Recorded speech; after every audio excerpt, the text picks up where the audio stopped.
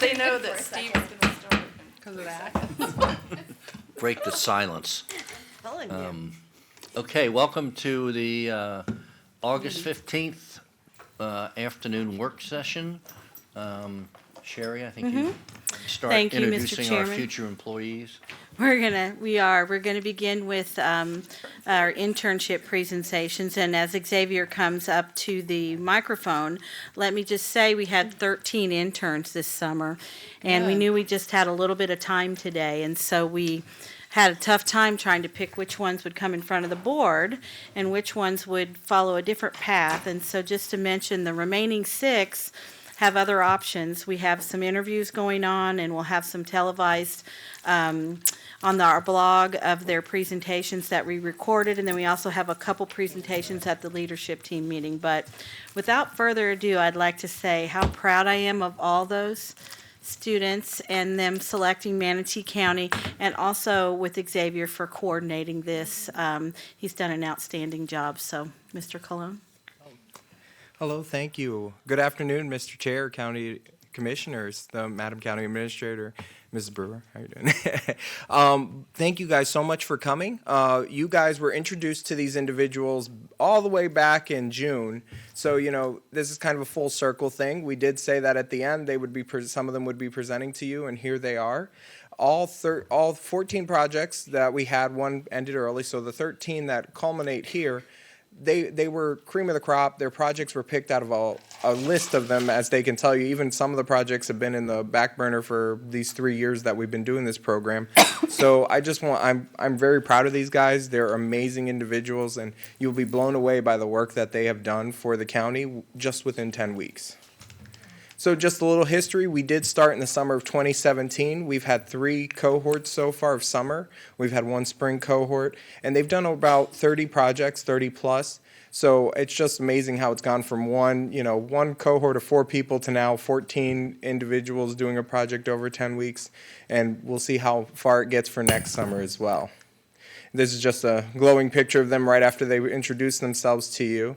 Some of them are still smiling. I don't know about all of them, but, you know, they had a great time here. And just going to go into it I'm going to be giving these handouts, but just say that their mentors will be introducing them. The mentors played an integral part in this because they helped in the hiring, and they kind of were their buddy throughout this whole process just to get them through 10 weeks of county government and teaching them the ropes and everything. So without further ado, I believe I have Jeffrey Ryan introducing his intern. And I have some handouts I'll hand out to you guys. It's a great picture. Good afternoon, y'all. My name is Jeff Ryan from the Department of Redevelopment and Economic Opportunity. I had the distinguished, I'm going to move this up a little bit. I had the distinguished pleasure of introducing Monita Vakati. She is working on her master's in business administration from one school. She already has her master's in urban design from another, and has already has a degree in architecture. She is an exquisitely qualified intern, and I had to say it's been a real pleasure supervising and mentoring her because she's just kind of a self-starter and just kind of does it doesn't really need a lot of micromanaging. Her project is really exciting because it pertains directly to the urban corridors in the Southwest District. And I guess when she's going to talk all about it, but the best way to think about it is this is a visualization of what is theoretically possible already in our district. And I think it's really a powerful tool, what she provided us, to be able to speak with developers and to the community at large, talking about how you can take these abstract concepts like urban corridor and density and stuff like that and provide an actual reference for what this actually means for our corridors. So without further ado, here's Monita. Thank you. Thank you.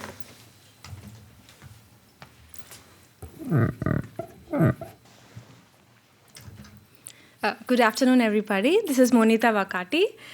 Today, I'll be talking about redevelopment opportunities in the Southwest District. So firstly, talking about the project goal, we have 3 main goals in this project. So the first goal would be finding good opportunity sites for redevelopment inside Southwest District. And the second goal would be creating a catalyst, where all the redeveloped parcels would act as a great catalyst and helps further in its adjacent development. And the third goal would be placemaking. So this is an approach of planning huge public open spaces and making them more memorable. And going to the working process I've gone through, I first identified 6 urban corridors inside Southwest District, and out of 6, I've got 2 corridors, so which are the 14th Street West and 15th Street East. And from my site visits, I've got 40 parcels which were on sale from these 2 corridors. Out of 40, it came down to 10, and finally, basing on many factors such as future land use, acreage and accessibility and so on, I finally got 3 parcels. So the below are the 3 parcels here. So the first one is on 14th Street West, which is of 1.3 acres, and the second one is on 15th Street East, which is of 7.2 acres, and the third one is again on 15th Street East, which is of 0.2 acres. And this is the first parcel, which is at the intersection at 14th Street West and 30th Avenue West. This is not in the floodway, and the future land use for this parcel is ROR, which is retail, office, and residential. So that means it has a great scope for mixed-use development. And I have basically proposed a density scenario ranging from small, medium, and high. You can see like 3 variations ranging from 3, 4, and 6 stories. So this is a typical mixed-use development which has commercial on the bottom, office space in between, and residential units on the top for medium and high density. So these kind of developments, it not just activates the street, but also it brings the building closer to the streets. And this image over here shows how active streets with active storefronts with good shading devices and proper buffer between the streets and the sidewalks, it creates a kind of comfort zone for the public, and it lets them stay on the streets for a longer time. And this is the second parcel here at the intersection of 15th Street East and 57th Avenue East. This is the biggest parcel, and this is in the floodway, so necessary precautions should be taken while developing. And future land use for this parcel is again ROR and also light industrial on the back end. And this concept is pretty much same like the previous one, but just that it has the light industrial land use on the rear end. And this is the third parcel. This is at 15th Street East and very close to US 301. So it makes a very good factor for accessibility. And this is not in the floodway, and future land use is again ROR. But here the size of the parcel is very small, so I've gone with residential units for the first 2 scenarios. You can see the bungalow units with 1 story for the first small density, and townhouse units with 2 stories for medium density. But for the high density, I've gone with mixed use, which has commercial on the bottom and residential units on the top. But for all the 3, they have a missing middle concept, where you can see a central open courtyard with units surrounding it. So these kind of spaces, they gives a kind of more lively and environmentally and socially active atmosphere. This is a bonus project I've worked on. I've designed an airport viewing gallery for SRQ Airport. So these kind of designs, they not just act as a great recreational spot, but also it increases the property value of the entire neighborhood. And what I would like to say, currently in Southwest District, there are no active streets and very less job opportunities and very less tax generation and revenue opportunities and very less people visiting our place and no dense communities around. And after all these proposals were implemented, we'll be achieving a very lively and attractive mixed-use neighborhood with healthy corridors, and we can move easily from one place to other place without using vehicles. And also we'll have a live and work at the same place environment. If you can see how many of us are working and living at the same place. Not most of us, right? So that will be changing. And we'll achieve higher density communities and more taxable properties. And Southwest District will be a destiny for most of us around. And yeah, that's it. And my learning experience from this project was just great. I've learned a lot about many real-time redevelopment scenarios. And my mentor, Jeffrey Ryan, he has been very helpful, and he has guided me in every possible way. Thank you so much for listening to me today. Thank you.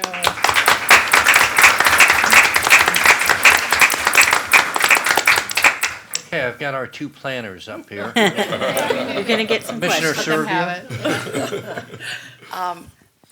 Do you want a job? Of course, yes. He's already an architect. That blew me away. And I really do recognize your architectural background and your urban design background, and I loved your presentation.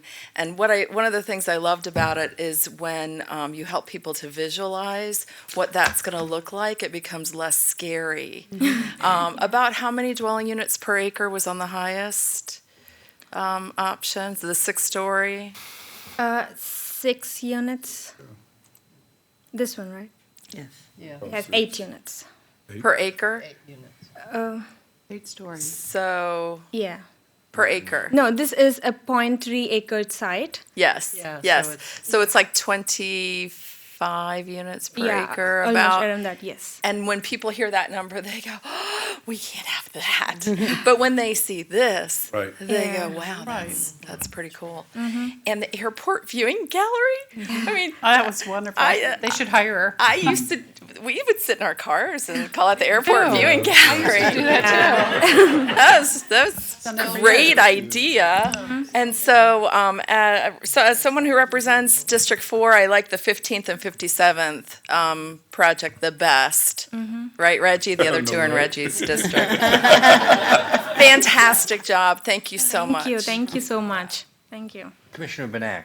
Yeah, I'm afraid you're subject to 2 planners up here that have looked at your work, and I just had some questions, and that's funny, because I immediately wrote down visual preference, because Misty and I know, because it is so scary when people talk numbers, but if you give them a visual preference survey, and I was going to ask you, have you ever had any experience in your education doing visual preference surveys? Yeah, of course, I've studied urban and community designing at USF. So during my master's, I worked on many real-time redevelopment scenarios. And I've worked on Fort Myers redevelopment project as well, so where I worked on similar projects like this. Yeah, Yeah. and as Misty said, visual preference surveys show that people are scared of numbers, but when they see it, they're like, oh, I like that. And then you tell them, oh, that's really, 20 units an acre, and they're like, what? We can't have that. Yeah. But I like it. I like the way it looks. So, yeah, it is an issue. And I wondered, you used real scenarios, but I had a question. Floodway. How do you develop in the floodway? Yeah, so we can have many design precautions taken while developing, such as we can have raised ground floor, not having development on the ground floor, and also the way we build the walls, if you can say, or any kind of openings. We can be very cautious about how we do those things, while if the parcel is in the floodway. Okay. Yeah. All right, and then, airport viewing, where did you get that idea? I mean, I drive down there, I see the people that pull over, I know they watch, but I never, does this exist somewhere else? That would be great if it exists, but I was actually very much interested when my department came up and asked me to do something like this. I was even more interested and came up with creative solutions, like how even more grand it can look, like it can attract more people and can add value to the community. So that's how I came up with this idea of having a huge shading place which attracts people. Very, very, very cool. You need to be selling Well, that. I do hope that we have the ability to, at some point, share this. We've talked about doing marketing for the redevelopment opportunity. And yeah, sometimes visually have to see what are possible. And it's, it's a lot of hoops to jump through. I've actually done a similar exercise when I, on the chamber board, trying to look at parcels and showing how they could be developed. Right. Or not developed because of our regulations. So I really appreciate the effort that you put in, and I hope that you do get a chance to continue this. So Thank you so much. Thank you. Commissioner Ball. I think you're a very smart young lady. That's what I think. Just a piece of advice, the airport viewing gallery, you might want to make an appointment with Rick Piccolo at the Sarasota Bradenton Airport, because I can tell you, I don't know if you know where the Holiday Inn is there at the airport. So I don't know, what's the name of that road? Anybody know? The Holiday Inn's on. Old 301. Street East. I don't know. What is it? Old 301. Yeah. Old 301. Who knew? Street East. Anyway, if you go over there, you'll see cars parked. They're parked there all the time. sitting there waiting to see, planes taking off and landing. So Rick Piccolo would probably love this. You should go see him. Okay? Yeah, sure. Thank you. Thank you. Okay, thank you very much. Thank Well you. done. Thank you. Thank you all so much. You. Okay.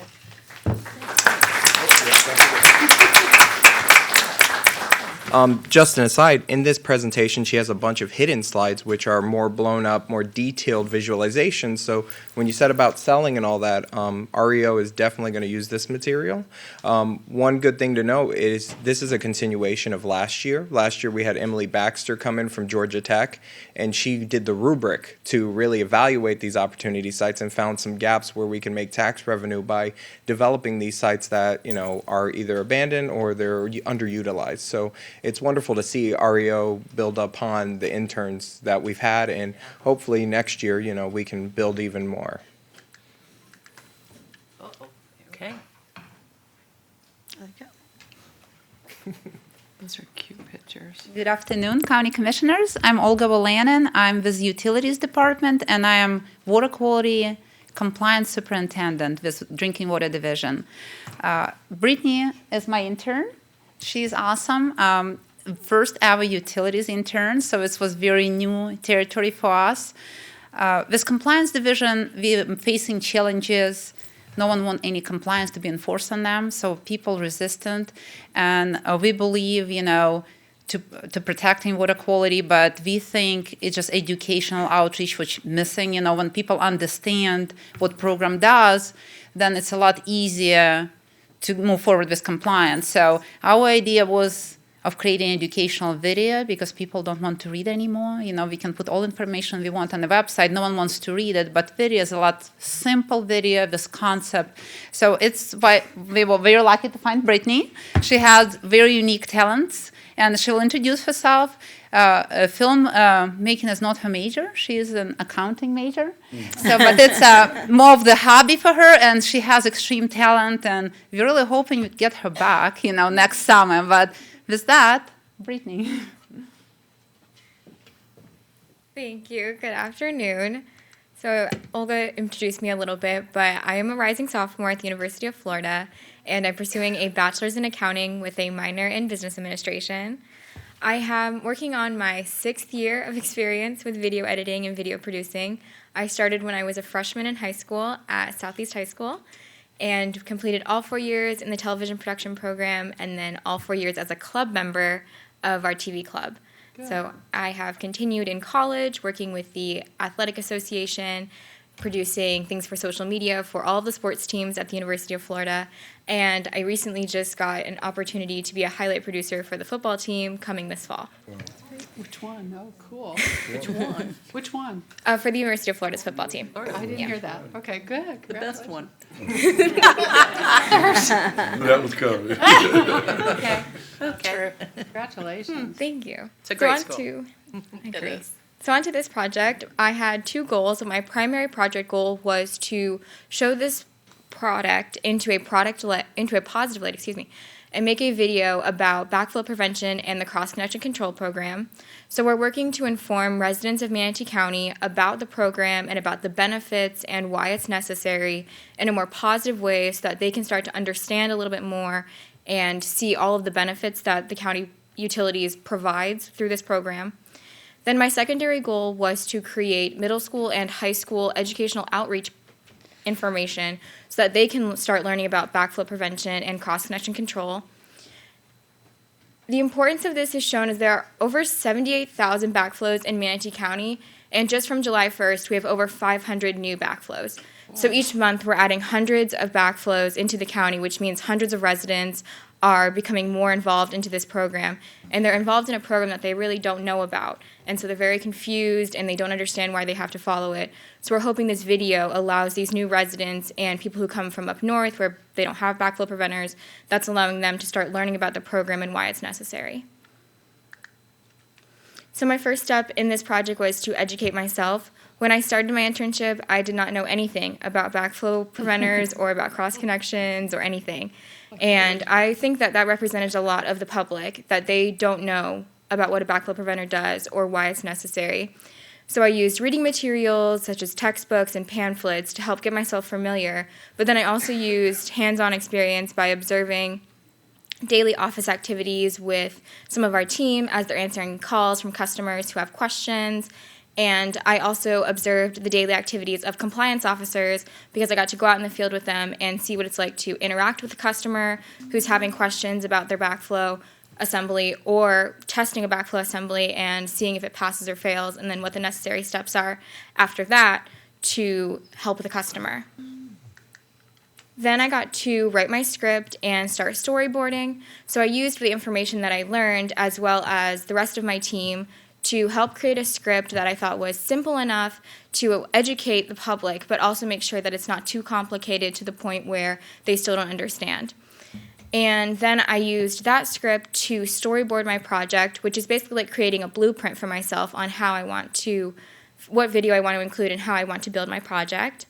And with that, I got to assign speaking roles to members of utilities, and I decided that I didn't want to only have one person speaking because the county works as a team, and I wanted the public to see that more, that it's not just one person that's sitting behind a desk that's answering all of your questions. It's more people. It's 10, 12 people that are working together to help educate you as the public, but then also working to help protect us. So I included the deputy director and the division manager and, of course, our cross-section control coordinator all in the video as speaking roles so that the public can see more of who is actually helping them instead of just one person or just a voice. Then I started what is the second longest part of this, which is the filming, and this takes about 6 weeks. And I went to multiple different locations. I was at homes in front of backflows. I was at the county administration building. I was at the utilities administration building. And then I also got to go to the water plant. And I got to film video from all of these locations to help show visually what we're trying to explain. So in my storyboarding process, there's something that I always use, which is if I say the word dog, then I want to see a dog. And I've learned that since I was in 9th grade, and I've continued to use that same line as my goal. So I looked at my storyboard and said, okay, where do I need to film so that this is the most clear picture of what I'm trying to convey through words? And then that leads me to my last step, which is the editing process, which takes about 8 to 10 weeks. So 8 to 10 weeks of work resulted in a 7-minute video, just over 7 minutes. And that is just, this picture here is just a screenshot of what my computer would look like if I was working in the program. So the pink boxes are stills or pictures, and then the first blue line is video, so it's active live video.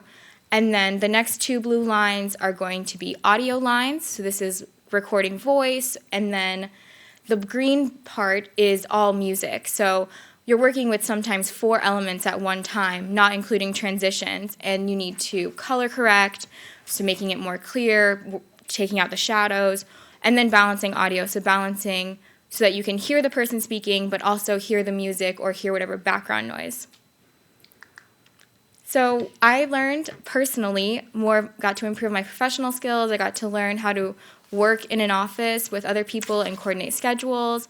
I got to work on my public speaking through all of my presentations and just also communicating with the department and within the department. But then the results for this video and the future applications are what are the most important. And I've actually already seen results because my goal was to educate one person. So the wide goal is to educate as many people as we can, but personally, I said that I achieved my goal if I taught one person something new. Because if that person learns something, then they're going to tell somebody else, and they're going to tell somebody else, and then the community starts to grow. And personally, from all of my feedback that I've already gotten, I've already taught one person. So for me, I achieved my goal, but knowing that I'm also educating an entire community is something that I think this video is really going to bring. And it also has some benefits to our youth because if my project goes through and the second part of my project, which is my educational outreach part, continues to go into effect, then hopefully we can educate the youth who are in school right now, and then they can educate their parents, who educates more of the community. And then also when they're future homeowners, they can come back to Manatee County and say, I know the benefits of what's protecting my drinking water. I know why I want to be here. And I also know what my role is and the responsibility to keep this drinking water safe. And also, this video and learning about this program can help them with future job opportunities. I learned about all kinds of different roles that are played in just this one program that we offer in utilities. And that can provide a career path for somebody who is completely unsure of what they want to do. There are so many high schoolers that are going to school and they're saying, I don't know what I want to do. I don't know where I want to go to school.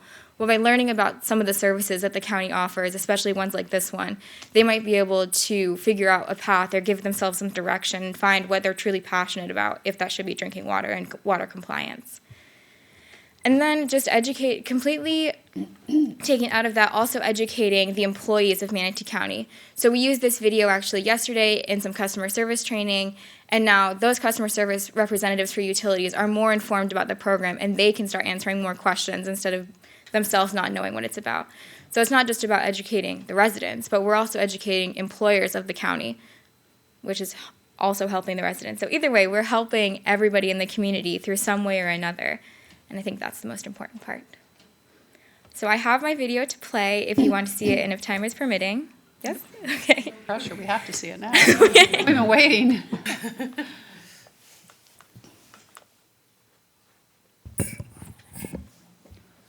From the beautiful beaches of Anna Maria Island to the exquisite nature preserves, from the historic buildings of downtown Bradenton to the expanding communities of Lakewood Ranch, water is essential to keeping Manatee County a wonderful place to live, play, and work. We all have a shared responsibility to do our part to keep our water safe. Our drinking water is a precious resource that we can sometimes take for granted. Every time we turn on the faucet, we expect clean, safe drinking water. However, there are ways that non-drinking water can enter our drinking water system, and by law, precautions must be taken to prevent this occurrence. Our drinking water comes from two sources, Lake Manatee and groundwater from the Upper Floridan Aquifer. It is purified at the Manatee County Water Treatment Plant.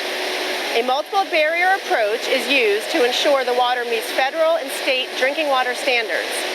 This treatment process includes source water protection, optimized particle removal, and appropriate disinfection.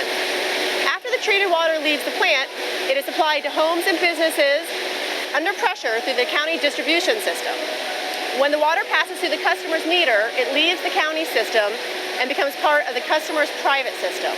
After the water passes through the meter, Manatee County can no longer control the quality of water and thus does not want any of the water to flow back into the distribution system. The Manatee County Cross-Connection Control Program safeguards the public drinking water supply from unintentional contamination.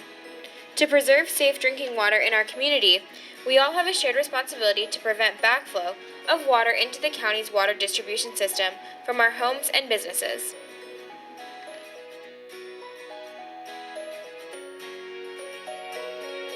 Backflow is the reversal of flow of water. This happens when water in a homeowner's plumbing flows back into the community water system where it originated.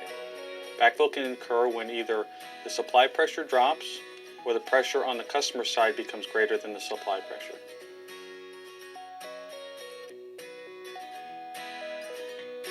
A cross connection is a connection between a drinking water and a non-drinking water source. For example, between a garden hose and a swimming pool. If a hose outlet is submerged in a pool, you would have created a cross connection. If there was a drop in pressure in the county system, the pool water could backflow or back siphon through the hose, through your house water lines, and into the county distribution system.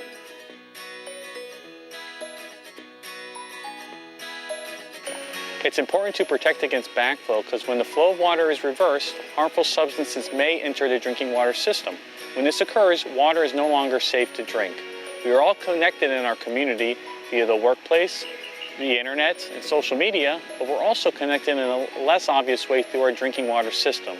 If you fail to do your part to protect against cross connections and backflow, others may be seriously affected by your actions.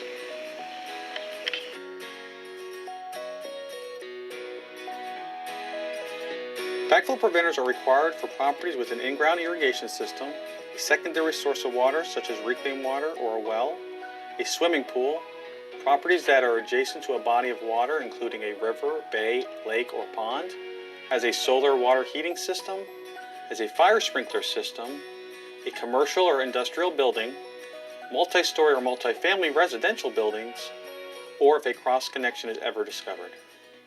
So these requirements apply to properties developed after 1987 when Manatee County Cross Connection Control Program took effect. Properties developed prior to 1987 that have these conditions will be required to come up to code when any plumbing modifications are made that require a permit. A backflow preventer allows water to flow in one direction to the customer, but not in the opposite direction back into the water supply. The backflow preventer is a key component in stopping unwanted substances from entering the drinking water system. Backflow preventers have to be tested annually to make sure that they are working properly to adequately protect the drinking water system.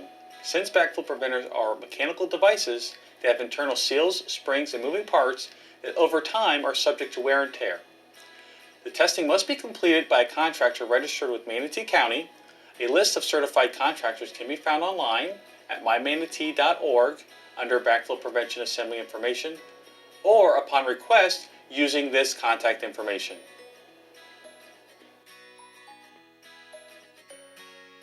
If your backflow preventer fails the annual test, the property owner is required to have it repaired or replaced.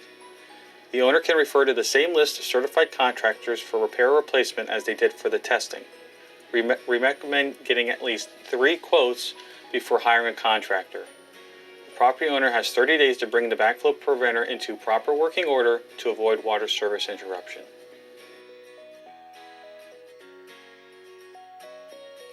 Do not leave hoses submerged in drinking water, such as swimming pool or a bucket of soapy water. Maintain at least 2-inch gap when using hose to fill the pool or any container. Install hose bib vacuum breakers on all your hose spigots. These vacuum breakers will protect your internal plumbing if there's ever a pressure drop in the county system. If you are installing an irrigation system or making plumbing modifications, be sure to hire a licensed contractor that is familiar with Manatee County regulations. Reminder, installation of irrigation system requires protection of drinking water meter with a backflow preventer. Pick up after your pets. Stormwater can collect pet waste and back siphon through irrigation sprinkler heads, which can be connected to the county's distribution system. Take caution when using fake rocks to cover the backflow preventer. You can miss visible malfunctions such as a leak. Also, when using the fake rocks, be sure to drill holes to allow heat and moisture to escape. Contained heat and moisture corrodes the shutoff handles and test ports, causing them to become difficult to operate. We should all do our part in keeping our drinking water safe and clean for everyone. By being aware of the dangers of cross connections and making sure your backflow preventer is working properly, you will do your part in helping to prevent pollutants and contaminants from entering the drinking water system. Backflow prevention is a shared responsibility, so do your part to keep Manatee County's water safe, to preserve our way of life for generations to come. For more information or questions, contact the Manatee County Cross Connection Control Team.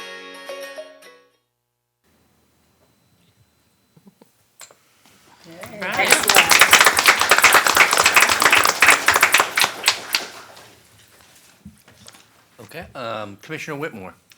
I think, do you have a family member in the audience? I do. She's been smiling ear to ear. Whole time. The minute you walked down, and I knew that was your mom, so Yeah. congratulations, she did a great job. you. Question, and maybe that's something we can ask Chris to ask Charles, maybe this would be good filler space for METV when they're always looking to loop 1 or 2 in the morning when people are watching, which they actually do. So this would be a great educational thing, because we do get questions about this, and I actually learned a couple things too, so I'm very happy that you took all the time to this, and maybe we can keep it going with sharing it with the public. Good idea. Great idea.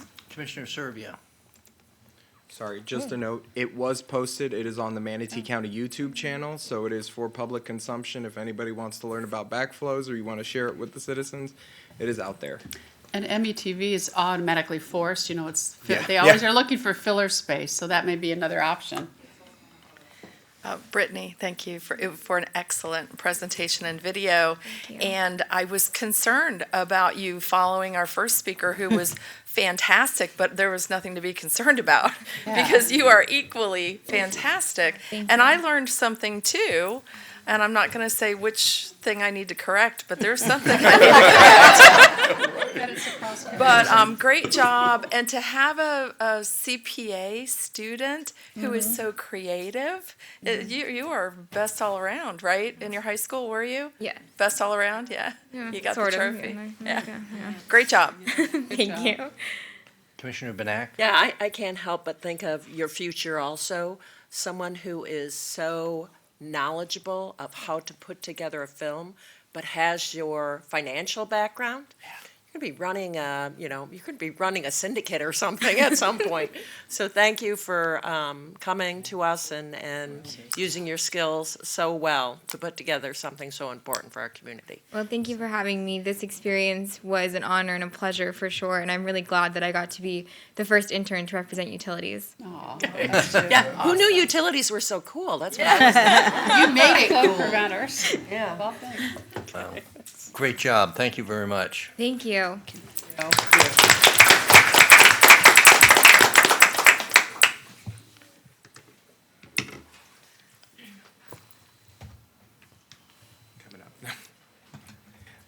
Unfortunately, I couldn't be here, so we have the wonderful Carmine, who is the supervisor, introducing the intern. Yeah, Carmine doesn't look like Leah.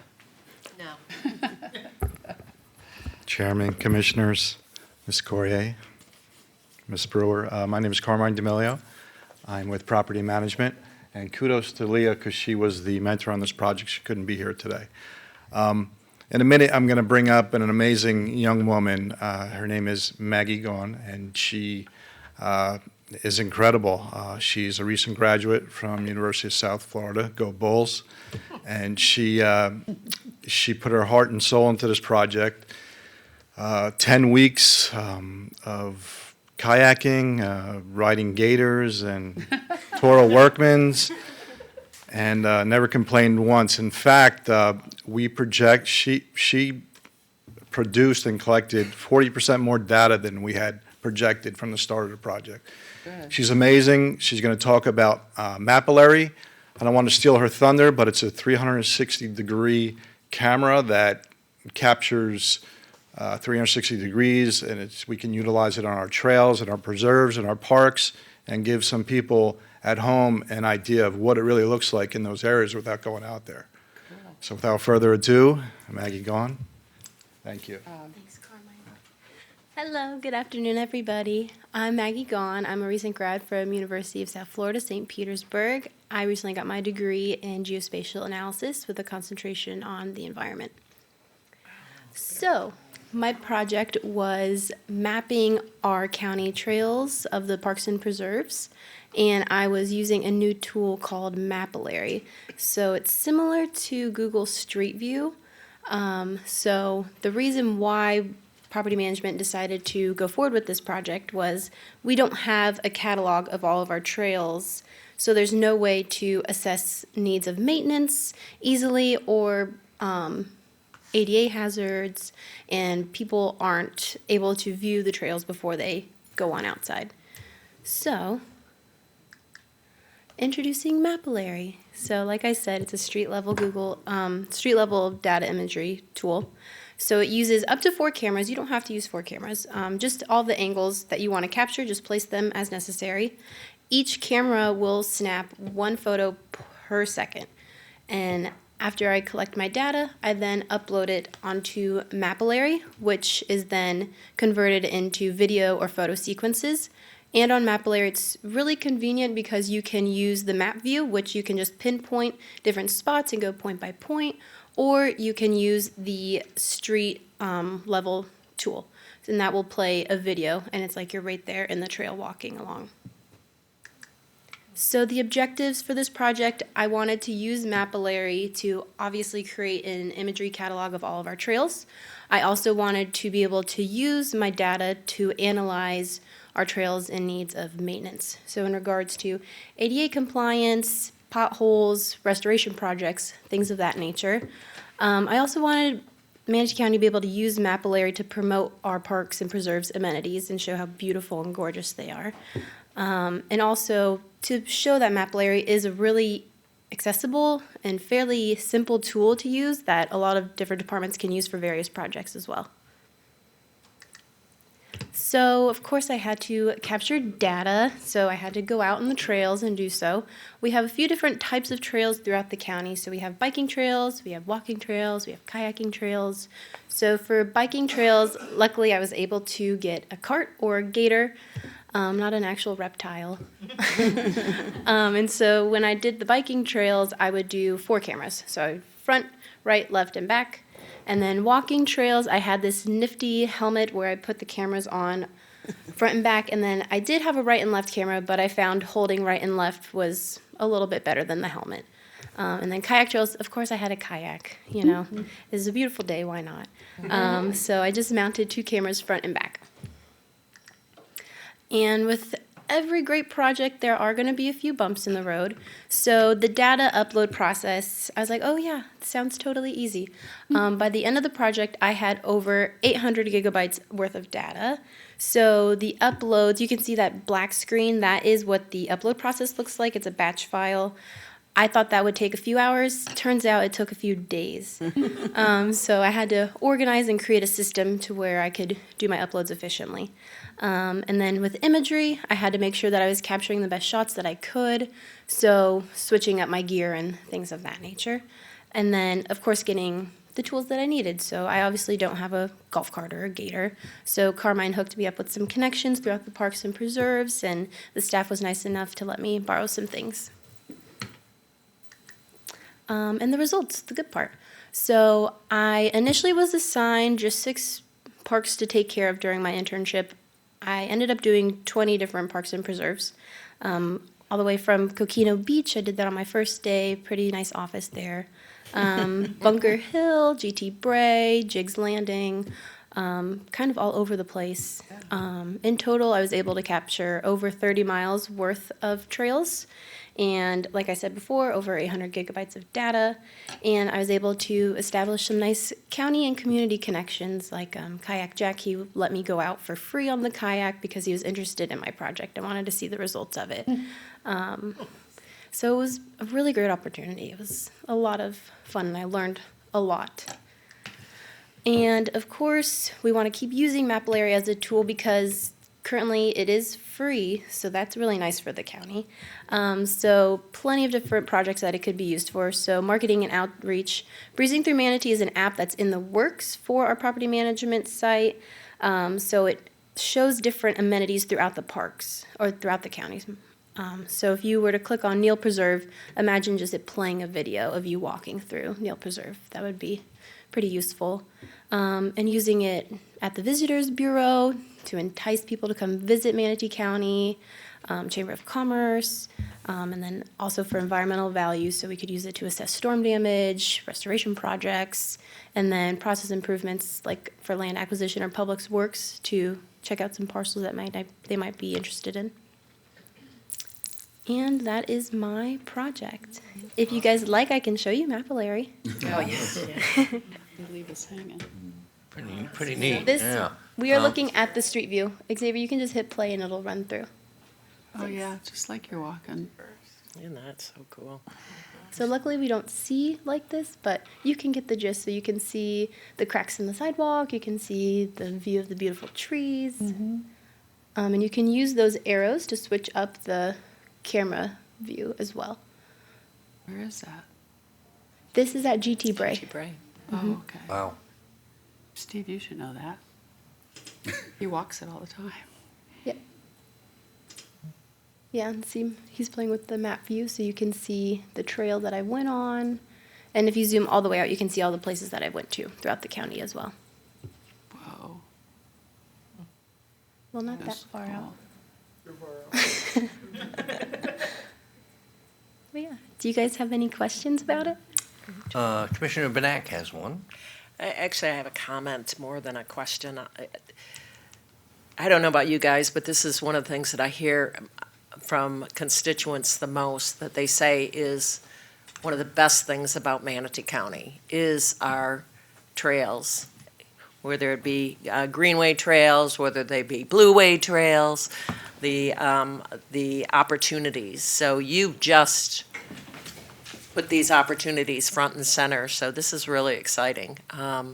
You know, the GT Bray, the only reason I even know that's there is because when my kid was playing soccer, and I used to have to drop him off, and I'd hang out because I lived way out east, but he was playing at GT Bray, and I would walk these trails, and it's incredible. But a lot of people don't know they're even there, really. And just the amount of trails we have. So this is, you know, you did a fabulous job. I never heard of this mapillary, but hey, I'm a boomer. I wouldn't have heard of it. So I don't know. I don't know technology. So thank you for bringing this to us. Thank you. It's really cool. Thank you. Commissioner Servia. I will just say, you know, you right up there with the other two. Fantastic job. Thank you so much. And I was wondering, Sherry, if you could get Kim Stroud down here with some applications. Oh, and yeah. Get these Well, people signed up. Actually, one of our presenters will be presenting from HR in a moment, so. Yeah, really good job. Thank you so much.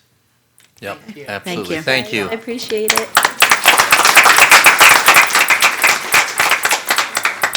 Heard it through the grapevine that Maggie might be getting employment here at the county. So, you know, amazing, you know, that's one of the outcomes, which is wonderful. So Good, good. continue the great work. They kind of looked at each other and was like, oh, wait.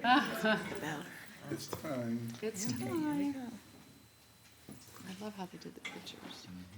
Good afternoon. I'm Heidi Raymond, Human Resources Recruiter and mentor to Carol Rothenberger. Carol's a very talented young woman. We're so fortunate to have her on our team in Human Resources.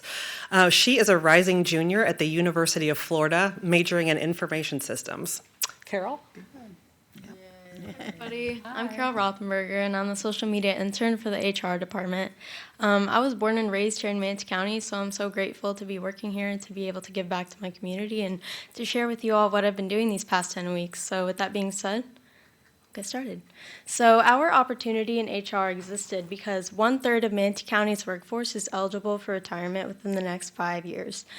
In addition to that, certain jobs have higher turnover rates than others. According to Glassdoor, which is an HR company, 79% of people are using social media during their job searching process. So because of that, it's more important now than ever to be using social media in our recruitment process. I was brought on to help develop social media content in order to highlight Manatee County as an employer of choice and to expand our range from the local area to the national level. And overall, this is supposed to ensure that we're getting the best people for the job and to continue the great work that everybody's been doing here at the county. These were the 7 topics that we identified as being the best selling points to both living and working here in Manatee County.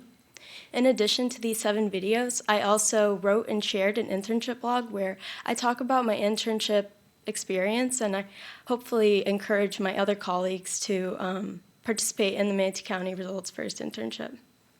And I, of course, created and shared social media content, which was the bulk of my daily tasks. I had to create graphics for every new job listing. I had to make promotional videos aside from our video projects, and I shared professional development articles with potential candidates.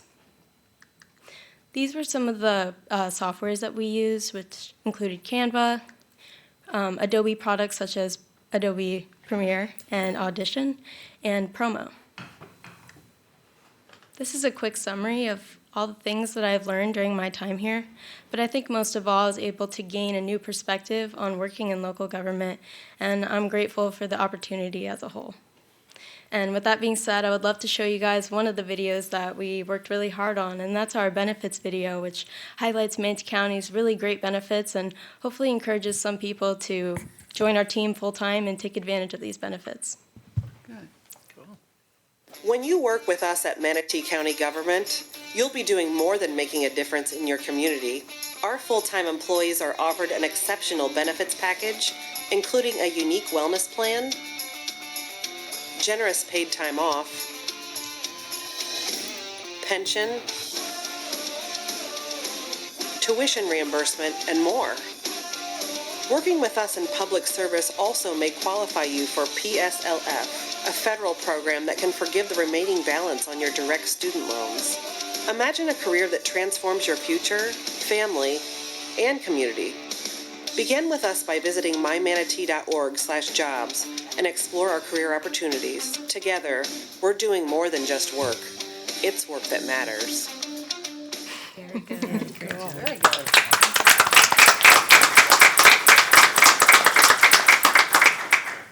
Thank you. Commissioner Whitmore. That is totally something that my daughter and her age group, it would grab their attention. I mean, just when you see on the Instagrams and the feeling, and it's all about a feeling that you get on what you're trying, the message you're trying to get out. Just what you showed that with all the younger, you know, we have to say that up here because it's, you know, younger, but that's the kind of employees that we're looking for, and a lot of younger people don't look at like they used to do it, retiring where they work and stuff. You actually made this something that I think those that are really into the social media will actually, it'll grab their attention to at least investigate further. So good job. I love the end of it. Thank you. Commissioner Serbia. Carol, that was outstanding. You did a wonderful job.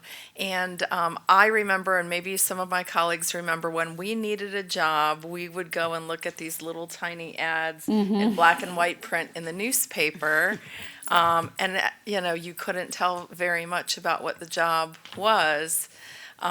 With your video, you make it exciting. It really illustrates how fantastic it would be to work at Manatee County. And I think that YouTube is replacing so many things, not only TV, but newspapers. Video is the way to do it. And you did an outstanding job. Thank you. Good job. Thank you. All right. I just want to ask, what is your future? What are you looking to do with your future? I'm not really sure, to be honest with you, but I'm looking into HR. Okay, you're looking at HR and marketing. I mean, you did a great job with From this here. marketing analysis. From I know, here. I know the name, Rothenbarger, but Really, you know what? I've heard that name. But no, that'd be wonderful. We would love to have you stay here in our community. But yes, you're very talented.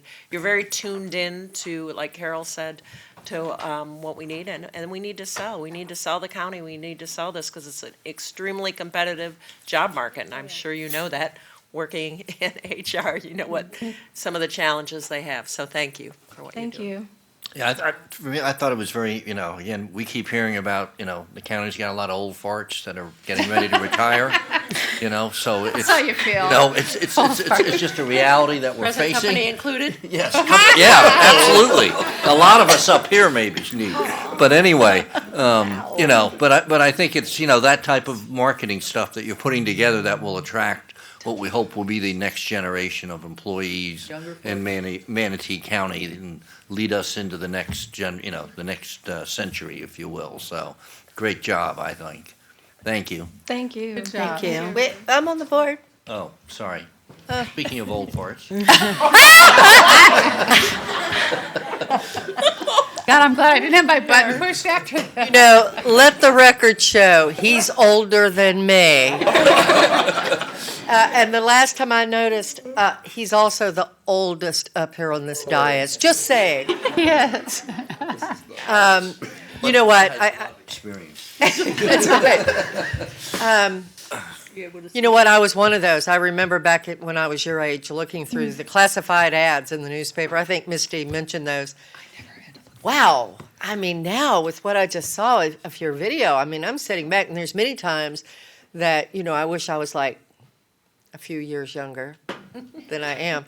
But seriously, it's a whole new perspective in the video that you've done. So I think it will be very successful for Manatee. Hopefully us before any other counties. Oh, yeah. But thank you for that. It's very, very good, and you're very talented. Thank you. Thank you. Commissioner Bellamy. Your presentation, The youngin?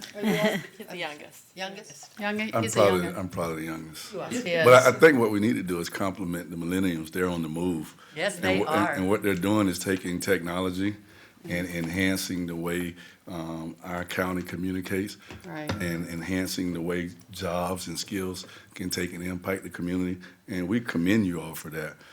Some of you all have some bright futures, and my hat go off to all of you all, but I'm concerned about Sherry as far as how she's going to be able to afford individuals like this to have such high level of talent. So we'll probably have a little bit more communication, because I'm sure trying to hire some of you all will definitely impact the budget.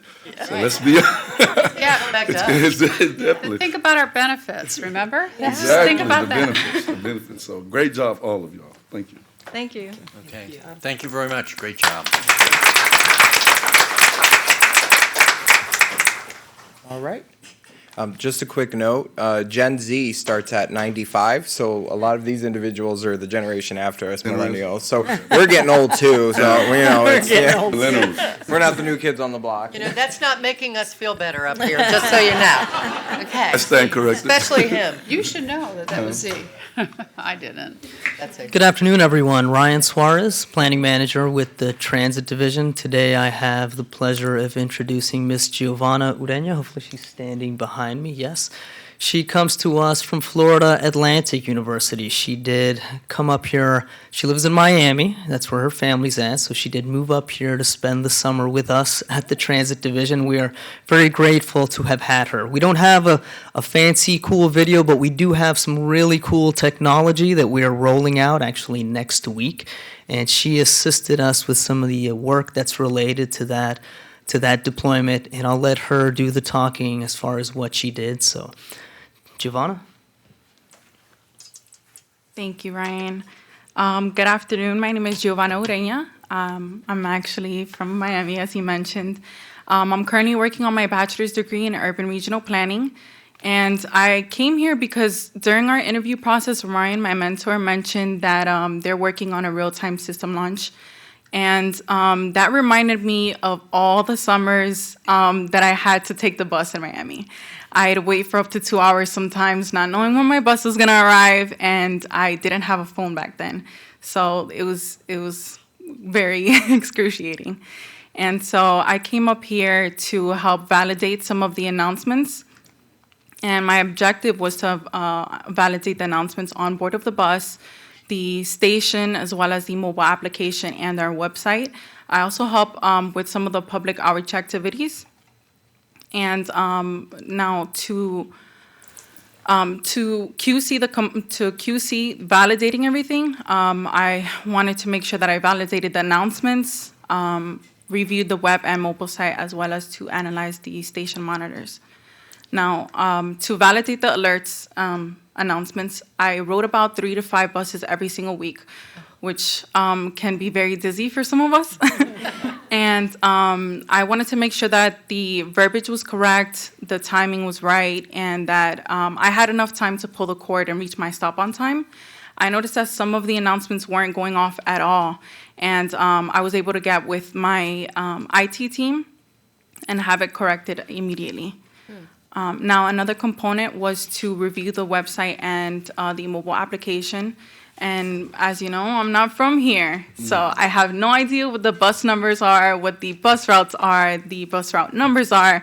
And if you'll direct your attention to the screen grab that I have there, you'll notice that the route name and the route number, is listed. Prior to reviewing the mobile app and website, that was not there. So I had to go back and forth, and it was pretty inconvenient. But if I was able to figure out how that works, then our users can also figure that out. You'll also notice that on number 4, there's a warning sign. That's just the detour alert that'll let you know that there's a detour. So if you want to plan your trip accordingly and take another route, you can do so. And the mobile app and website also gives the feature to plan your trips and set alerts. So if you're taking your bus to Walmart and you just have a few things that you want to grab and you want to set up an alert, it'll send you a text message or an email to notify you when your bus is arriving. So you don't have to wait in the rain or anything. So that's awesome. Super cool. That's active now? So I'll get to it, but sorry. I also had to conduct a field review of our station monitors. This might look familiar to you if you've ever been to an airport. These are just like the displays we have available at, it's at DeSoto Station, Palmetto Station, as well as Bradenton Station, downtown Bradenton.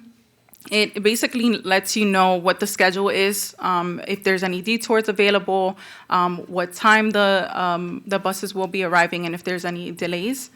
Now, there's also a feature available for hearing impaired and visually impaired. So once you press the button, it'll read out the schedule to you, and it'll also make the print larger for you. Wow.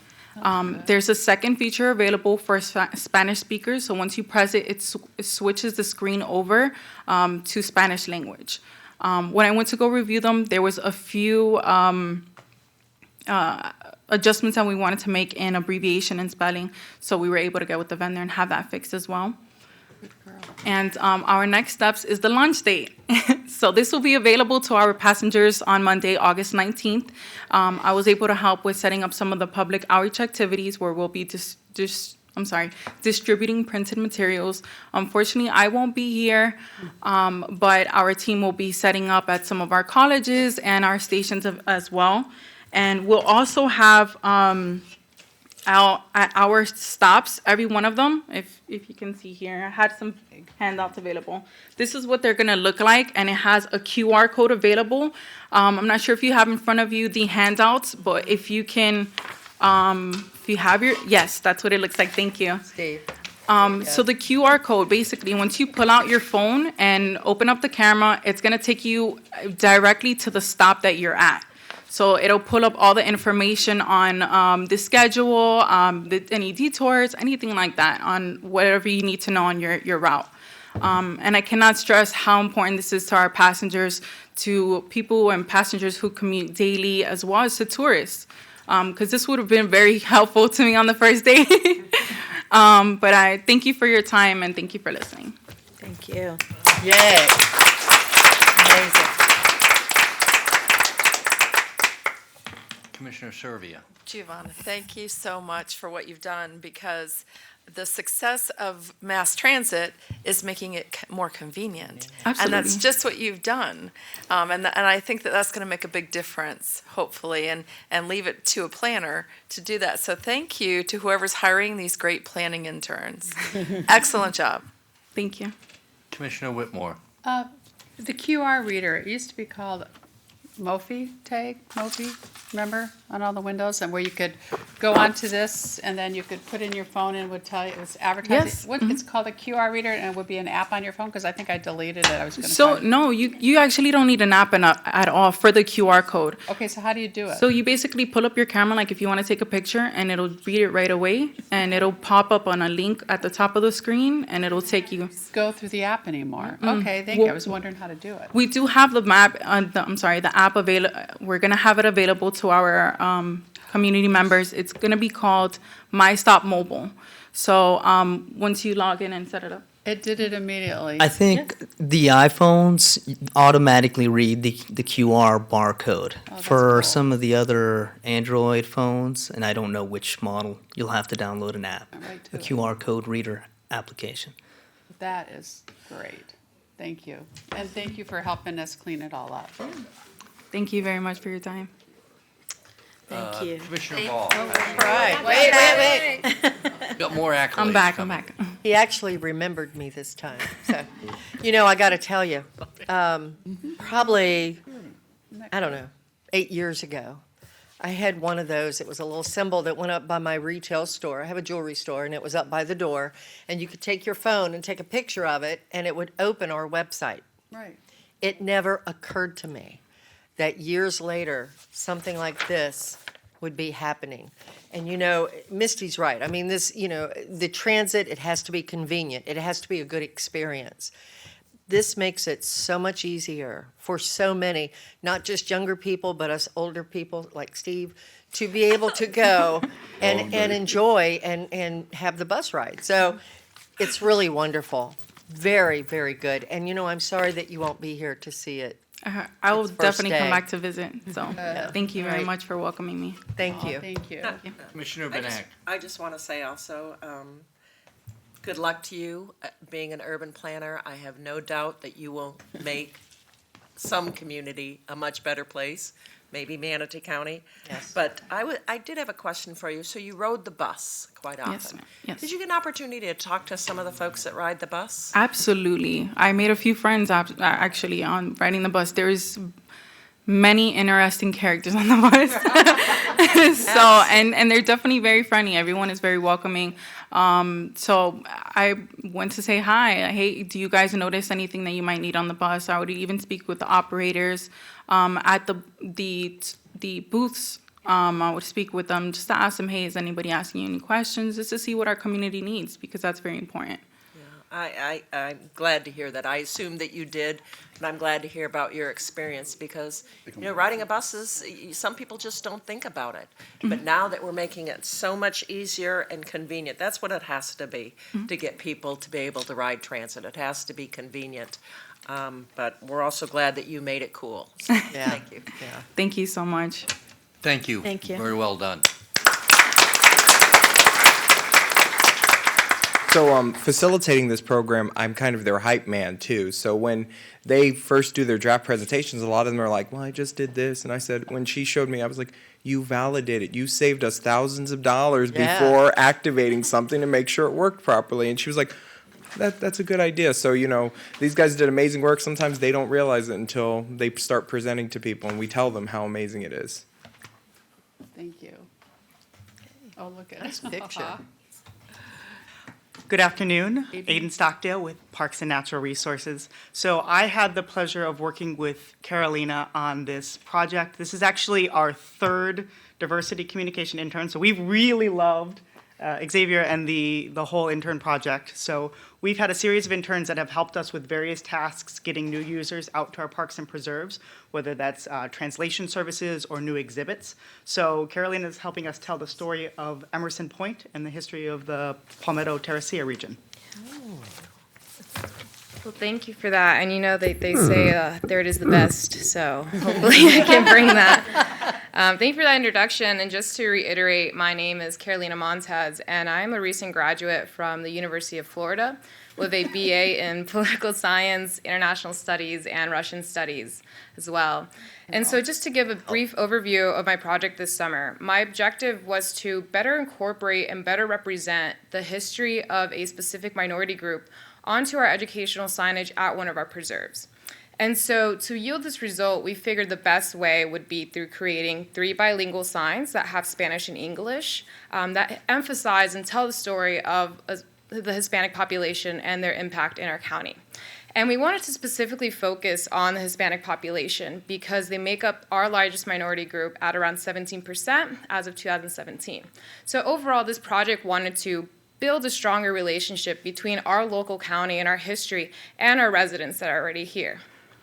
And so this project, these 3 signs are going to benefit our community in 3 primary ways.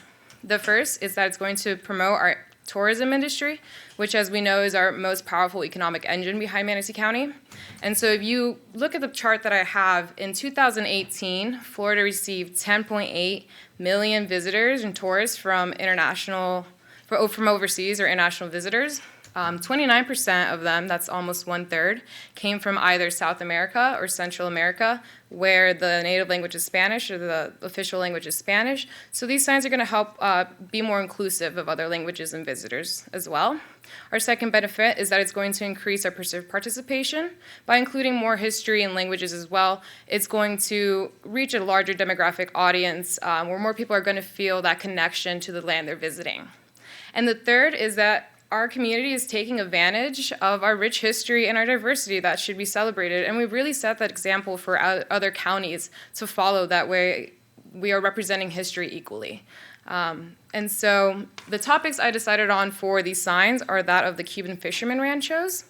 So what the ranchos were is that they were seasonal camps built by Spanish fishermen who came from Cuba, and they fished here seasonally from August to March and went back to Cuba to sell their fish. But these ranches consisted of circular huts where they would, when they were on the water, they would rest, conduct their business, cure their fishes, and these ranches existed from Tampa Bay down to Charlotte Harbor from the 1760s up until the 1840s, which is almost a century of history that took place in our shoreline that isn't discussed enough. And that was one of the motives behind choosing this topic, because many people in the local area aren't aware that this took place, even those that are native to here. So again, we're just introducing this new topic and bringing new content to our area.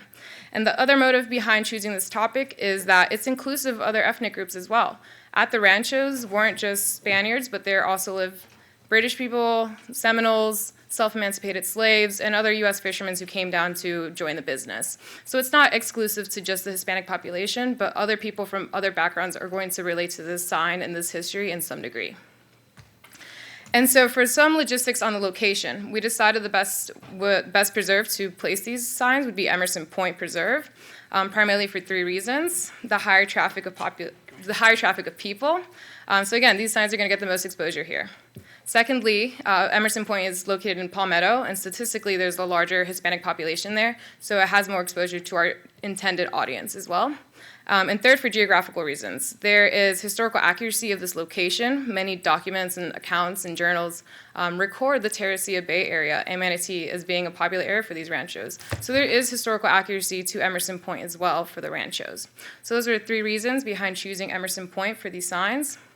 And as you get some visuals, and also there's a handout, or you're welcome to look at the screen as well. These are the final designs that we have.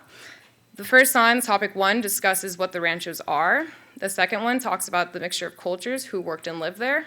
The third topic at the bottom discusses fishing at the ranchos and methods and practices they used, as well as how they used the vegetation around them to their advantage.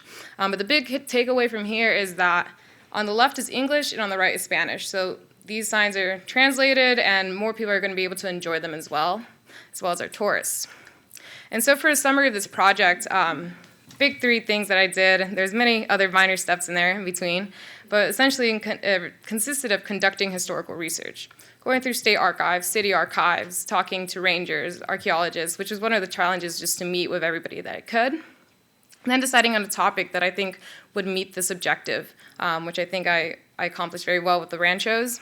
And then third was drafting the language, translating it as well, reviewing that, and then creating the designs. Another challenge to that was just interpretive writing, where I wanted to communicate this written content and to appropriately to all audiences. And so the overall impact of these three signs is that it's really going to boost our tourism industry, and it's going to make our residents and our visitors feel more included in our welcoming society. But this project really was very meaningful to me because I came to Manatee County 18 years ago as an immigrant from South America. And I didn't speak English. My parents didn't speak any English as well. And we knew the challenges that it was to integrate into society. So these signs will make an impact in many people's lives that are trying to accommodate them and their families here in Manatee County. So thank you again for this opportunity. It's an amazing project. And my mentor, who's also my supervisor, as well as Xavier, for this great program. So thank you.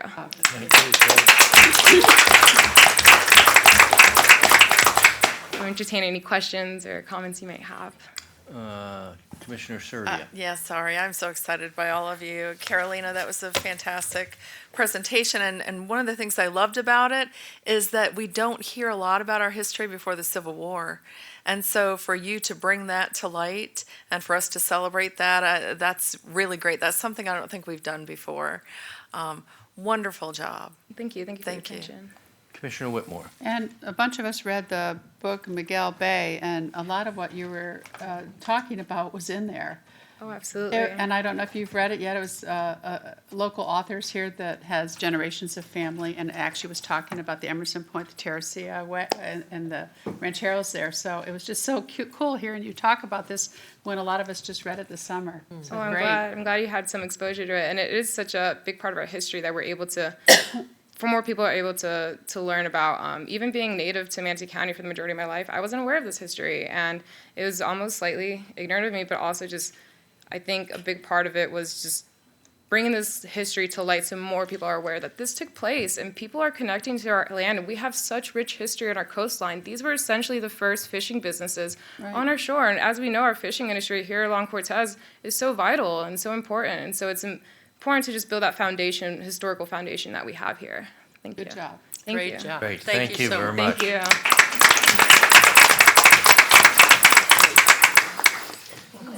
you.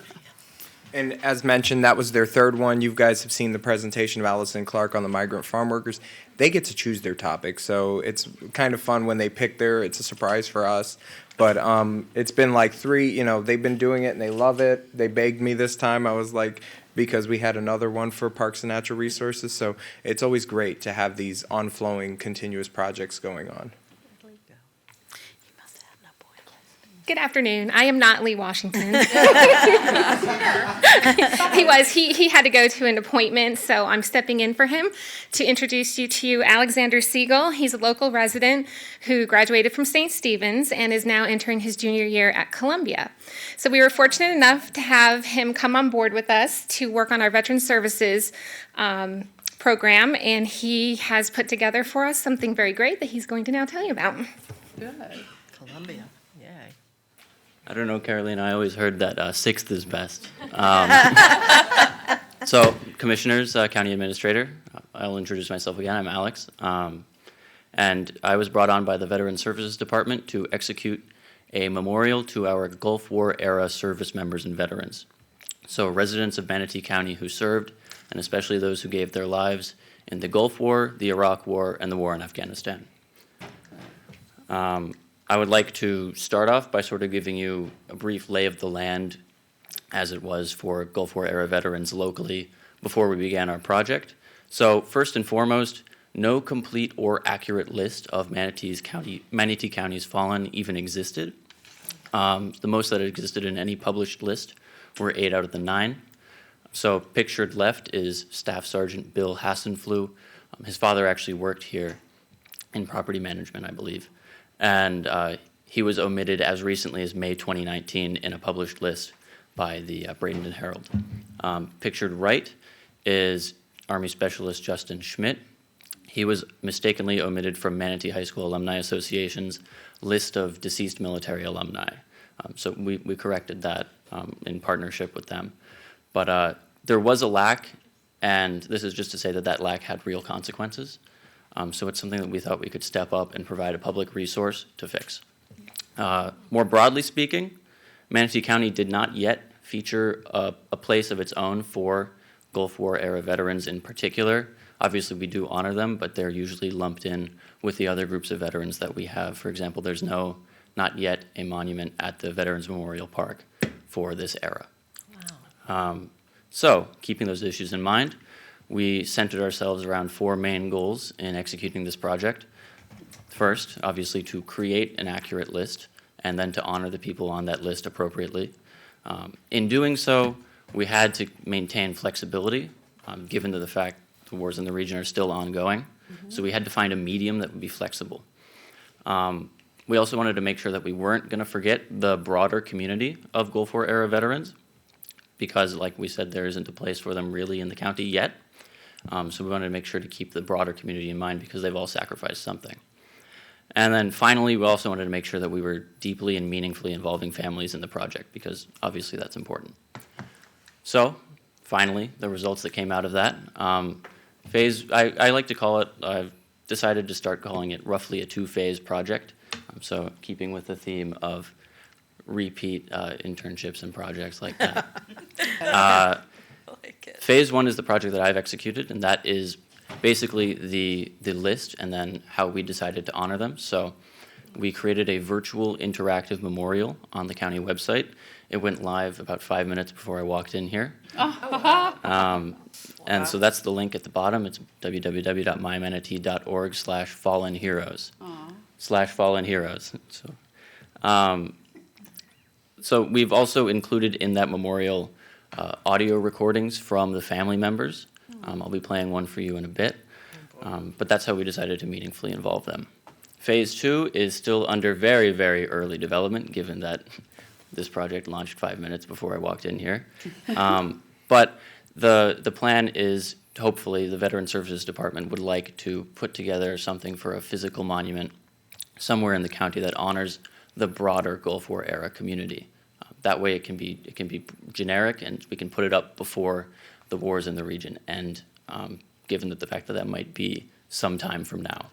Finally, keeping with the theme of QR codes as well, we would like to have a bridge linking the two so that it's clear that this is one cohesive project. So like on the physical memorial, you would have a QR code that links to the website, and then on the website you would have like a picture of the physical memorial, and then you could see that the two were clearly linked. Obviously, this text is too small to read, but the idea is to just give you an idea of what this looks like on the county website. So, as you can see, we've put together detailed biographies of each of the individuals. And I'm going to play one of the audio files for you now to complete the experience. This is from Lance Corporal Scott Daugherty's mother. For his 6th birthday. So we're on the couch, and it was his 6th birthday was coming up that weekend. And now keep in mind, I was a single mom with 2 kids. And I said, okay, I said, special day this weekend, you got a birthday coming up. And I said, you know, if you could have anything you wanted, what would you want for your birthday? And he just looked up at me. He goes, I would want a mom that doesn't smoke, because I was smoking at the time. And it was like, oh man, I quit smoking that weekend, without a doubt. He just had a big heart. Just had a big heart. He was a good kid, and he was very small when he was born. He only weighed 3 pounds 6 ounces, even though he was pretty much full term. He was only 2 weeks early. And so he's really had to work harder his whole life to keep up with his class and, you know, his size with the kids. And I can remember him playing softball, and they ordered him the smallest shirt that they had, but it still came down to his knees. It looked like a dress almost. But he always ended up walking mostly when he would get up to bat, because they could never find his strike zone. It was so small. But for him to become a Marine, to be that small, and to work as hard as he did his whole life to become a Marine, that was a huge thing. That's the level of depth we've tried to include in as many of the audio files as possible. Some we had to splice together different audio clips. That was actually 2 different audio clips spliced together. So I had to use some Adobe and put that stuff together, so it masks the transitions. But yeah, so that's what you can expect for all 9 individuals on the county website. We actually had one staff sergeant. He was on a small military transition team advising the Iraqi army on how to take over the security of Iraq. And his team found me, and they all started recording things. So there's like 14 minutes of audio with them. And actually one of their stories is that an Iraqi linguist was so inspired by one of our fallen service members that he came to America, joined the United States Army, and is now a sergeant first class. And he said, that's all because of John. So hopefully the product comes out well. Hopefully you guys enjoy. I'm going to move on to talking a little bit about phase 2, given that I have this space right now. It's not going to be my project, but I wanted to show off a little bit of the stuff we've been kicking around as far as ideas go. So one of the ideas we had is to work with Realize Bradenton and local nonprofits to put together a 2D monument and put it somewhere in a higher traffic location. That's the advantage of the 2D. It could go on like Old Main Street, for example. They've done lots of that around Bradenton, as I'm sure you're aware. These little 2D baked enamels, we could go with the larger one if we wanted to. The other place we were looking at is Hillsborough. Those are 2 pictures from their Veterans Park, so those are much larger 3D monuments. So those are the different kinds of options we're kicking around. And the other thing I would mention is that projects like these have a uniquely large sponsorship potential. So in terms of saving county money, this is the place to be looking. Right. I'd like to shift a little bit at the end of this presentation to talk about the constituency that this impacts. Humanities major that I am, I crunched a little numbers, and using VA and census data, There's about 10,000 local Gulf War era veterans here in the county, which is 2.5% of the population. Once you add so a lot of them still have living parents, a lot of them still have living siblings, a lot of them are also married and have children. So once you add all of those immediate relatives, you get a number closer to 11 to 13.5% of the county. So that's about 50,000 people. I'd also wrap up in saying that memorials often come too little too late after conflicts. I mean, the World War II memorial in the Capitol went up in like the 90s. So it's nice that Manatee County is going to be ahead of the curve.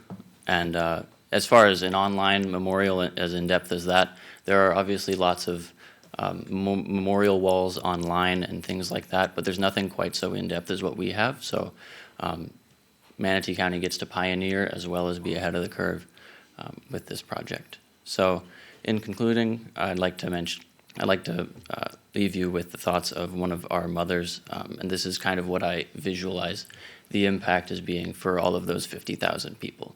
I thank you so much for not only honoring my son, but everybody else's son. Thank you. And I'd like to thank the Neighborhood Services Department. Yeah. Elaine and Kaylee have come by, as well as Lee, who had an appointment, and Xavier, of course. Yes, good job.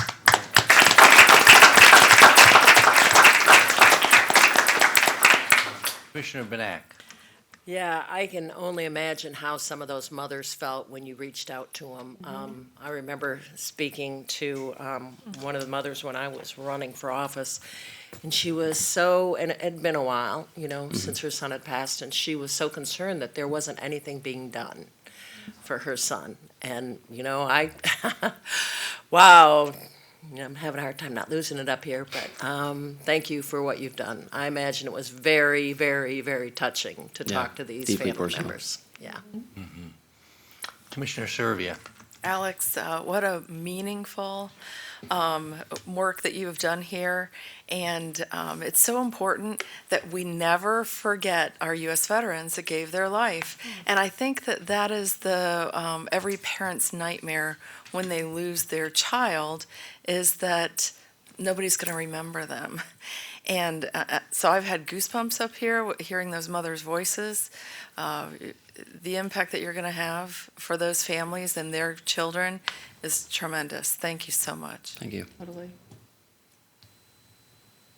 Steve? Commissioner Bellamy. This is big. This is big to take the time out and acknowledge, the veterans and make a memorial so it can go on continuous, and the individuals who have served and have lost their lives are not forgotten. Thank you for that. As a veteran myself, I sit here and I think about some of the experiences that I had in the military, and I did not go across for the war itself, but to know friends and some individuals that actually lost their lives and things of that nature. I mean, this is big. This is big, and I'm having a problem keeping myself together also, because I know some individuals that served and that lost their lives, and I'm wondering deep down, how many counties are actually taking a step like this? We don't know. Thank you. Yeah. Commissioner Ball. Yeah, Alex, I know that you're a native of Manatee, correct? Correct. So even though the internship is over, I don't know if you're staying on or not, but will you still be involved in this process? I have set up an infrastructure to make sure that the people in the Veteran Services Department can keep this running if there's anyone else, unfortunately, who loses their life in the service. Also, I've given them my email, and we'll make sure to keep this running. Yeah, good. I think you've heard from most of the commissioners up here, it's about the families that are left behind without their loved ones, and that never changes. And we need to have this. So thank you for doing that. It's very nice. Thanks for the opportunity. Thank Yes. you. Very touching. Thank you. Good luck at school.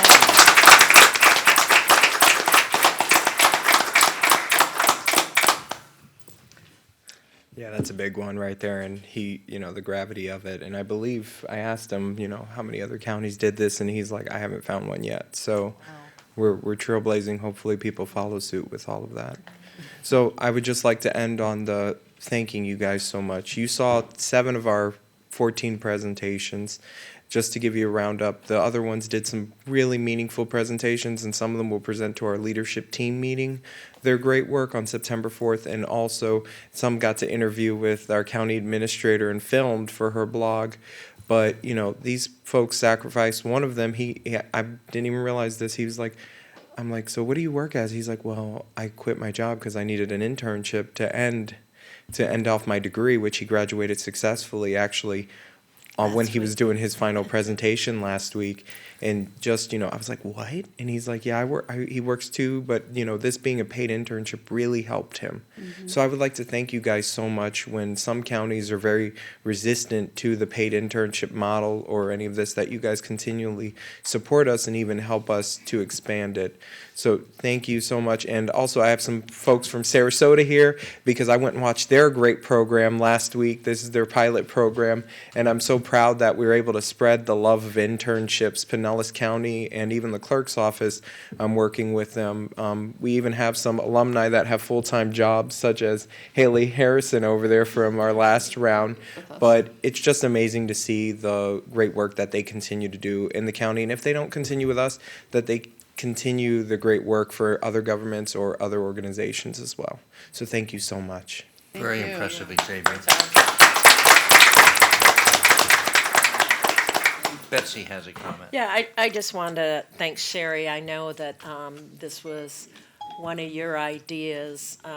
Just the quality of the folks that are here working and giving their time. And, you think about the traditional model of hiring people about, you have to go get experience. You can't get a job without experience. Yeah. But you look at what these folks have to offer and what they've provided to our county. I mean, the talent has been just unbelievable. So really, really good idea. I look forward to seeing it continue in the future, but just amazing quality work everybody did. So great job, great idea. Yep, Keep it going. about a little less, about a $60,000 program for the year. This was just the summer internships, and I can only say they're all fantastic. It was very hard to try to decide, but we tried to select the projects that might also be as meaningful to spread out into the community. The others are great, and I hope you'll watch those when they come up. And really, really thank you for your support. Again, it was a shot in the dark about 3 years ago, but it's really worked out well. Thanks. Great. Thank you. Thank you, Xavier, very much. Thank you, good job. At this point, I'm going to open it up to public comment. If there's anybody in the public that would like to come down and talk about the intern program. Seeing nobody come down, we'll close this part of the work session. And I think next up is the boat ramps Next and up is stuff. boat ramp, so take just a minute and have the boat ramp folks come down and get prepared for their portion. All right, so how about if we take like a 10-minute break? Thank you. Game.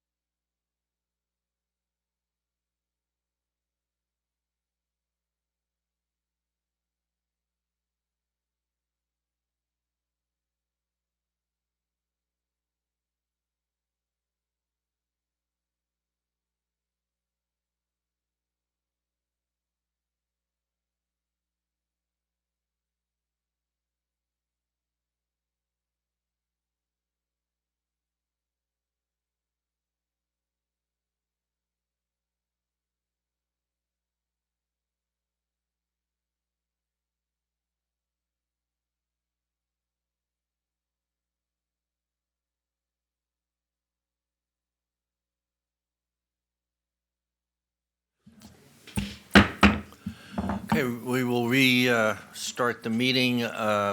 This session's on, I believe, boat ramps. That's correct. Charlie, I guess? Yes. I'd be Lead happy us to lead forward. off. Be happy to lead off, Mr. Chairman. Charlie Hensker, Director of Parks and Natural Resources. See? Yep, there That's you great. And any questions? That was priceless. It's an inside joke. Sorry. Priceless. Perfect. And yeah, it's great. Well, I also want to take care to recognize and appreciate those who put this presentation together. I'm only representing it from the standpoint of honor to be part of the process and the team that's put this together, which includes, Alan Lyhip with the Marine Resources Manager. Appropriate title is Environmental Program Manager with Marine Resources and that division. Also, Christy Erickson, Marine Resources Coordinator with the division. Damon Moore is the division manager for that whole operation. And like anything else, where the rubber meets the road and finances come to bear, I also want to certainly recognize Luz McQuiston and Jane Roberts with our department, who work tirelessly on these questions and making sure that we're accurate and on time. Go to the first slide. This way, maybe, right? Well, today's goals, like other workshops, are pretty focused, believe it or not. We certainly want to tell you where we've been in the last several years, leading up to today, with the improvements we've made to the county-operated and owned boat ramps. I guess that would preclude the Palmetto boat ramp, which is owned and operated by the city of Palmetto. But you can basically understand that if you're launching a boat in Manatee County, other than in the city of Palmetto, you're launching through resources that the Board of County Commissioners manages through our department. And I want to talk a little bit about expanding those opportunities with some public and private partnerships, with a distinct focus on a partnership at Cortez Road that would allow increased access to Palmasola Bay in concert with a development partner there, and to talk a little bit about that feasibility, which we recognize as being very feasible. Also want to talk about the issues associated with the management of our ramps, and like many programs, the need to identify a user fee structure that helps us do a better job of managing those ramps. And of course, that is really the heart of our presentation, to have a full discussion of that and be able to talk about how those fees could be utilized and where they would be utilized. And then finally, recognizing that we are financially limited to using sources of revenue from the state through the Boater Improvement Registration Program, and also our West Coast Inland Navigation District, a taxing district, are the two principal sources for funding boat ramps. And we've taken a pay-as-you-go approach utilizing those revenue sources. But we're about ready to enter into an era of expansion. And the millions of dollars that are associated with that expansion require a new look, a new way of thinking about how we can keep that user pay formula together, but for the benefit of the boaters here in Manatee County and the general surrounding region. So with that, I'll turn the program over to Alan Lyhip. Did I mention that today he mentioned to me that this would be his 14th year anniversary as an employee with Manatee County? And I say this with some degree of respect. Alan has had to always take the calls for abandoned vessels and derelict vessels, and the state has very rigorous procedures to identify whether or not that is indeed abandoned before the public can take that boat out of the water. And I suspect Alan has heard every single excuse or reason known to man leading up to our final taking of the boat. And he shared some stories with me before, and they're remarkable as to their reasoning. But Alan, and I'll go ahead and take a seat here. Sorry, there was the other one that listed all our. No, you. Well, okay. We'll stand together on that. Okay. You're right. You're right. The next, let me just kind of move that next slide, if I can, by pressing here, right? And there we are. Oh, yeah. That's good. There we are. Thank you, Christy. I'm sure you had a hand in that. Yeah, Alan's a little shy here, but Alan and Christy are the two staff people that are, when you think of boating, when you think of waterways, even when you think of artificial reefs and a great fishing opportunity, there are just two people in our department who carries this responsibility. And taking a look, I won't read all these off, but I'm kind of bragging on these two folks. It takes a real spirit of dedication that goes beyond a 9 to 5, carries into most weekends, I believe. And it helps boaters remain safe. It helps plan ahead for boating needs. It calls for on-the-spot investigations. We had a floating dock break away once and ended up in front of a restaurant on North River by the I-75 bridge. It took a long time to figure out, was that a structure? No. Was it a dock? Not really. It just seemed to be kind of a thing. And the state couldn't help us there. Even to the point where some boats have ended up underneath I-75 bridge. And sometimes we're the first that they call. And then we expand that a little bit by going out. But that's the kind of on time all the time. And Kristen and Alan do a great job doing that. And it's no easy task. And you'll see why in a little bit we may investigate those very same user fees to give them a little more support, staff-wise, relative to meeting all of these requirements, not just launching and retrieving boats. But we'll go into that. Thank you, Alan.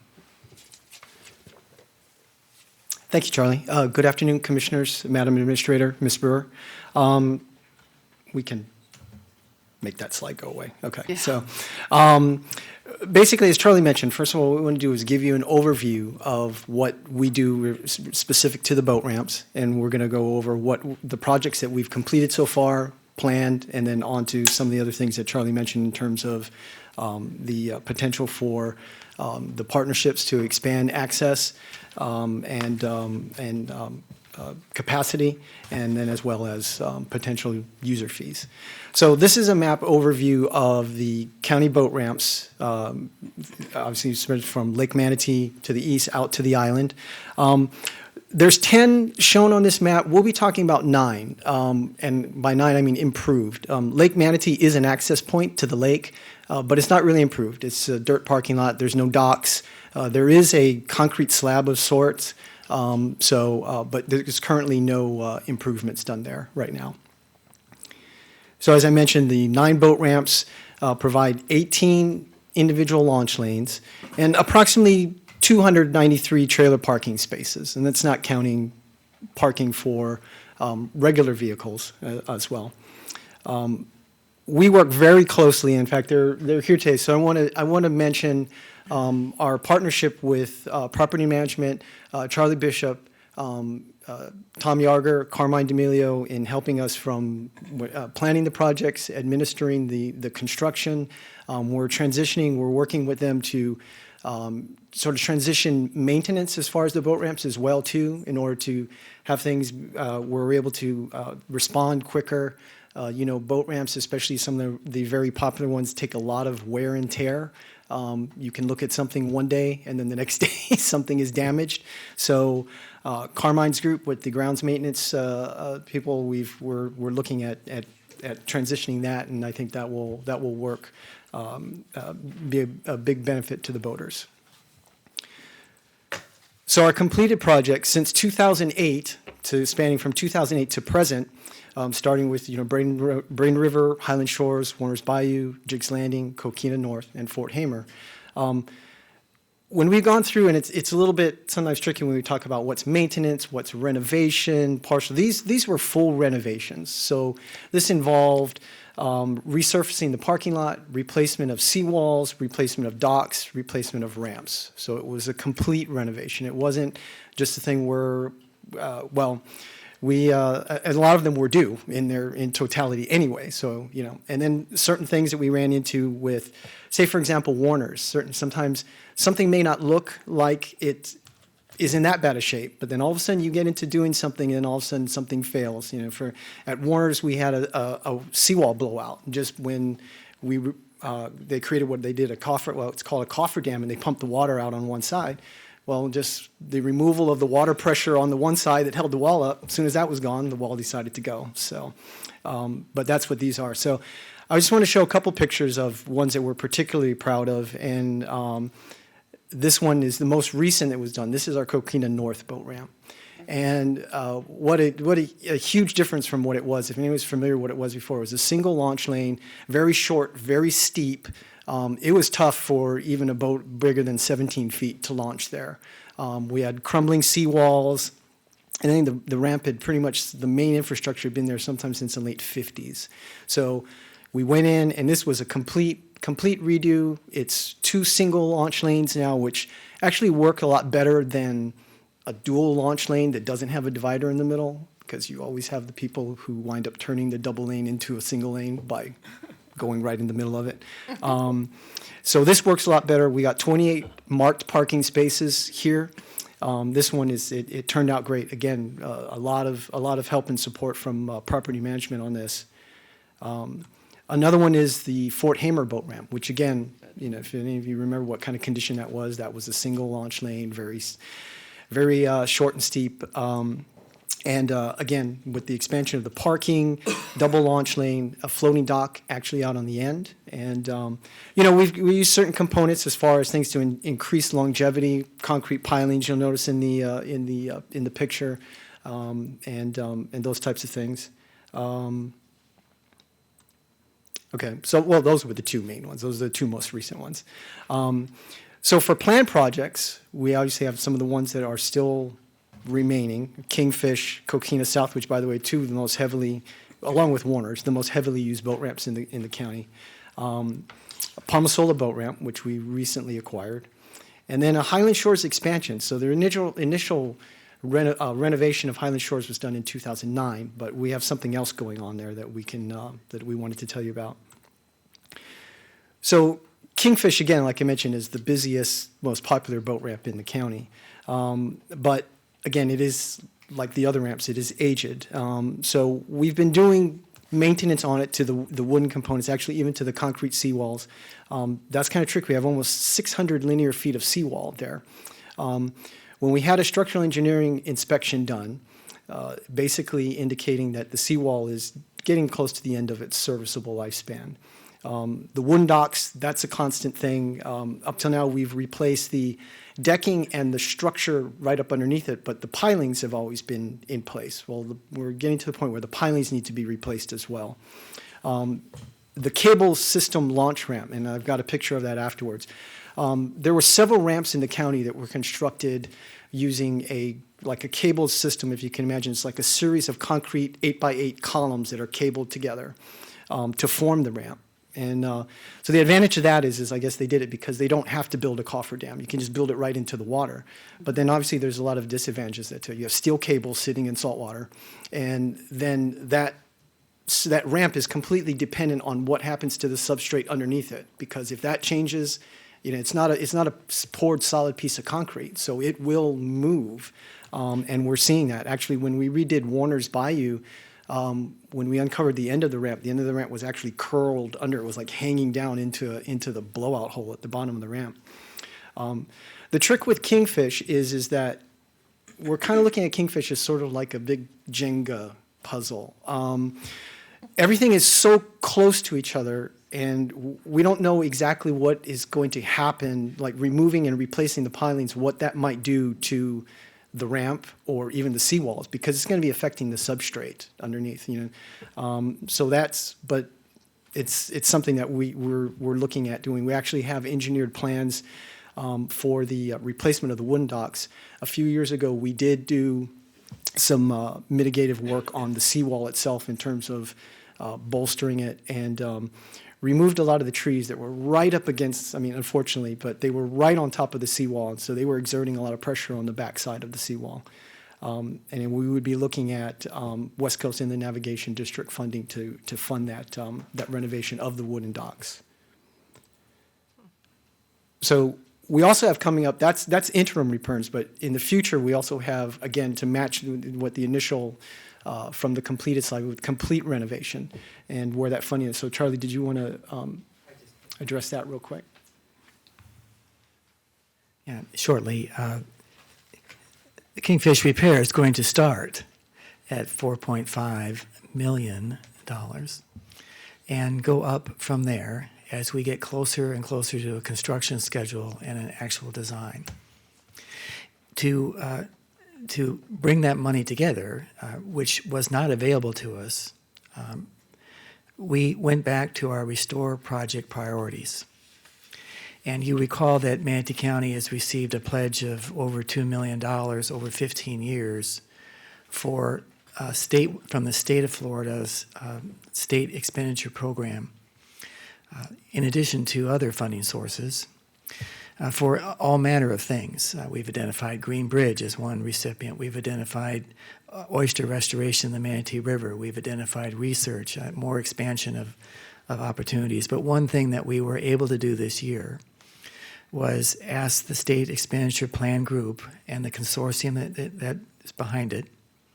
Your Commissioner, Carol Whitmore, is the member representing you on that consortium. Convince them that to make an amendment to the plan. You know, Charlie's always changing things. Well, we were there always changing things because the plan was approved in January, and we were back in February with requesting the first amendment out of the box from all 23 counties. And but it was approved and accepted because there are other boat ramps being constructed around the state of Florida. And we saw the opportunity to merge other projects, not do some projects that were previously approved, finding other ways to do those, not just dropping them off, but finding other ways to do them. And applying $4.5 million from that fund to this project. Because as Ellen mentioned, Kingfish is our most heavily used. It would be a tragic error in planning to have to close it for years while we would try to assemble a funding source, a design, and a permit. So we jump-started Kingfish in our scheduling because of its vulnerability and its high use. And the funding source, 90% of it is going to come from the Restore Act. We are going to be accountable using WCIND and FBIF funds to some degree for starting the design and the permit, which is no easy task, but we're getting started with that now in 2020, beginning of October. And then we'll be prepared to go into construction. And without casting doubt, hope that the structures hold together until we bring together a construction plan in about 2.5 years. Thanks, Charlie. Right, and so like I was saying, the things that we can address now are the wooden components of it, the replacement of the pilings, the replacement of the docks, and things like that. The ramp, I've talked to a couple of engineers, and there's really no way to try to mitigate or have any type of confidence in terms of how long the ramp itself might last. Years ago, actually, before they redid it, Palmetto was constructed the same way, and actually a cable failed at Palmetto, and when it did, the columns basically just came apart. So this is a picture actually illustrating what we're looking at. So the grid lines, what you're seeing, those are, like I said, a series of 8x8 concrete, almost like light poles, laid out, and anchored into the concrete apron at the top. So it's a little bit hard to make out there, but with our tape measure there, and you can kind of see this is one section of the ramp where it's already kind of starting to dip in the middle. We have had on both sides, we're on the double lane launch side, the other side is a single. We've actually had cracking on the very ends of a couple of the columns. And I think that might be where the steel cables run through. The best I could tell, this ramp was constructed in the early 90s. So it's been like that since that time. From this picture too, you can see this is the dock in the background is the center dock that leads to the floating dock. And There is no, it's a little bit hard to tell, but you can even see from the edge on the far side, it's not, you've got a little bit of washout there underneath in there. And then, like I said, this type of system obviously is depending on the substrate to hold it in place. If there's changes to that, then you're going to start to get undulation, and then after more stress on the cable and more potential for the cable to break.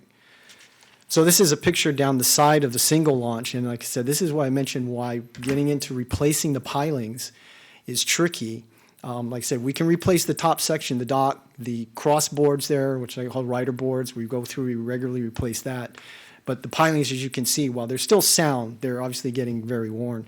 You can see there how close they are to right up to the edge of the ramp. And in this picture, there's a couple inches. In some places, they're actually touching it.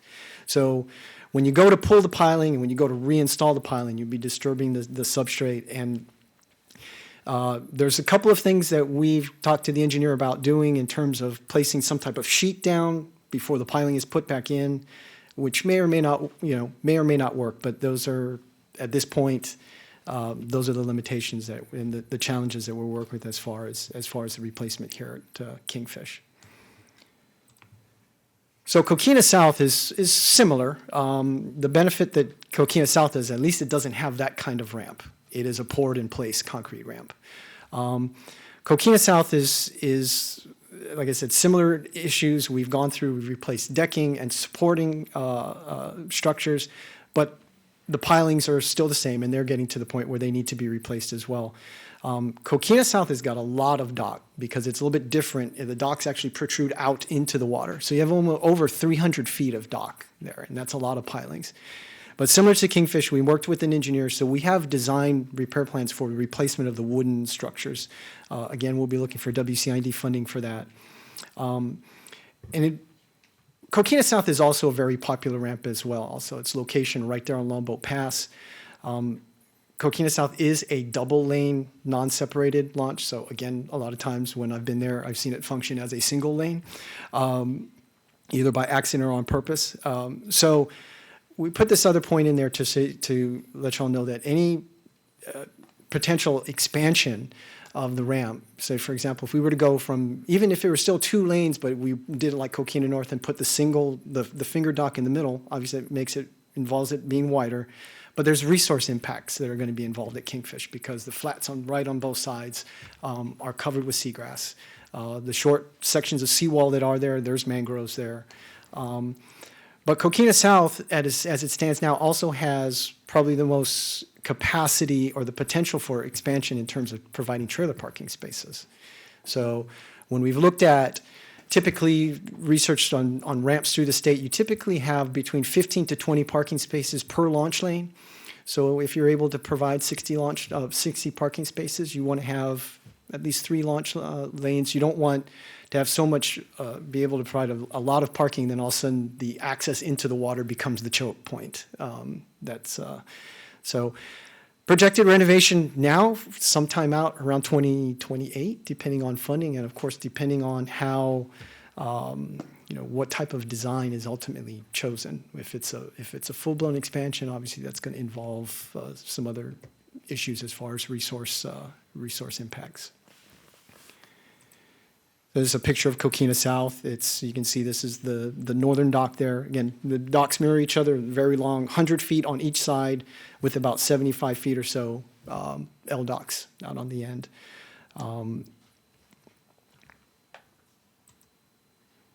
Okay, so on to Palmasola, which we took over from the city in January of this year. And then we closed it. There's a couple of issues that we need to address there. We're actually working through that. Obviously, the shoaling issue, both inside the ramp and now actually out at the end of the ramp, which has always been an issue. It doesn't seem like a high-energy area, but actually the sand wants to move along that shoreline from east to west. And then one of the other things we're going to be addressing is the height of the docks and lowering them so that they're more easily accessible during very low tide events. Some work to the parking lot, some landscaping. There was some recent discussion about the possibility of relocating the ramp within the property. But as you'll see in the next picture, again, seagrass and the proximity of seagrass to the way the ramp is situated would make that difficult without some type of mitigation. So we're proposing, in the meantime, interim repairs to address the dredging. In fact, we just got our DEP permit for the dredging yesterday. Still waiting on the Army Corps. We have design plans for lowering the docks, and then we'll also be looking for WCID funds to do that work in the interim with what we have there now. Full renovation would involve going back and doing it in the same footprint, but to the types of standards that we do, like using concrete pilings, a little bit heavier type construction, redoing the ramp as a cast-in-place versus it's not the cabled system, it's a form of the cabled. Well, it actually may be the cabled system, if I remember correctly. I think it is, because they did not coffer dam to put it in. So this is sort of an overview of the parking lot here. So in this area, let me see if I can do my. That mouse thing doesn't work. Okay, well, anyway, at the end of the docks, you can see where the sand has built out. And what has happened over the years is that shoreline, the eastern shoreline on the east side of it has accumulated, and the shoreline on the west side has eroded a little bit. There is a retaining wall under the eastern dock, under both sides actually, that was put in to keep the sand moving from moving directly across the ramp. But what has happened now is that it's built out to the end of the eastern retaining wall and it's starting to go around it now. So in this picture here, this was taken, I believe, last winter.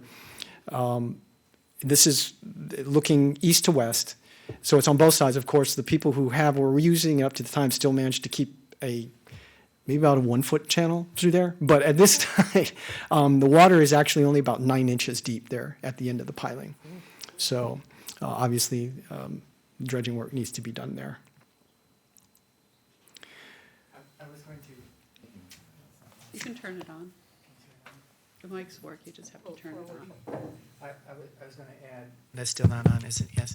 I was going to add that we're budgeting more than $500,000 to do this work, but I will hesitate to say that if we were to redesign in accordance with the guidance that was offered by the city of Bradenton, and we interfere with the seagrass beds that are there, you can double or triple that cost. And then we have to make the hard decision on whether or not the return on investment is supported by the limited amount of parking and launching that you could still obtain, even if it was redesigned. So it's not as easy as, let's just move it a little bit further back to the east.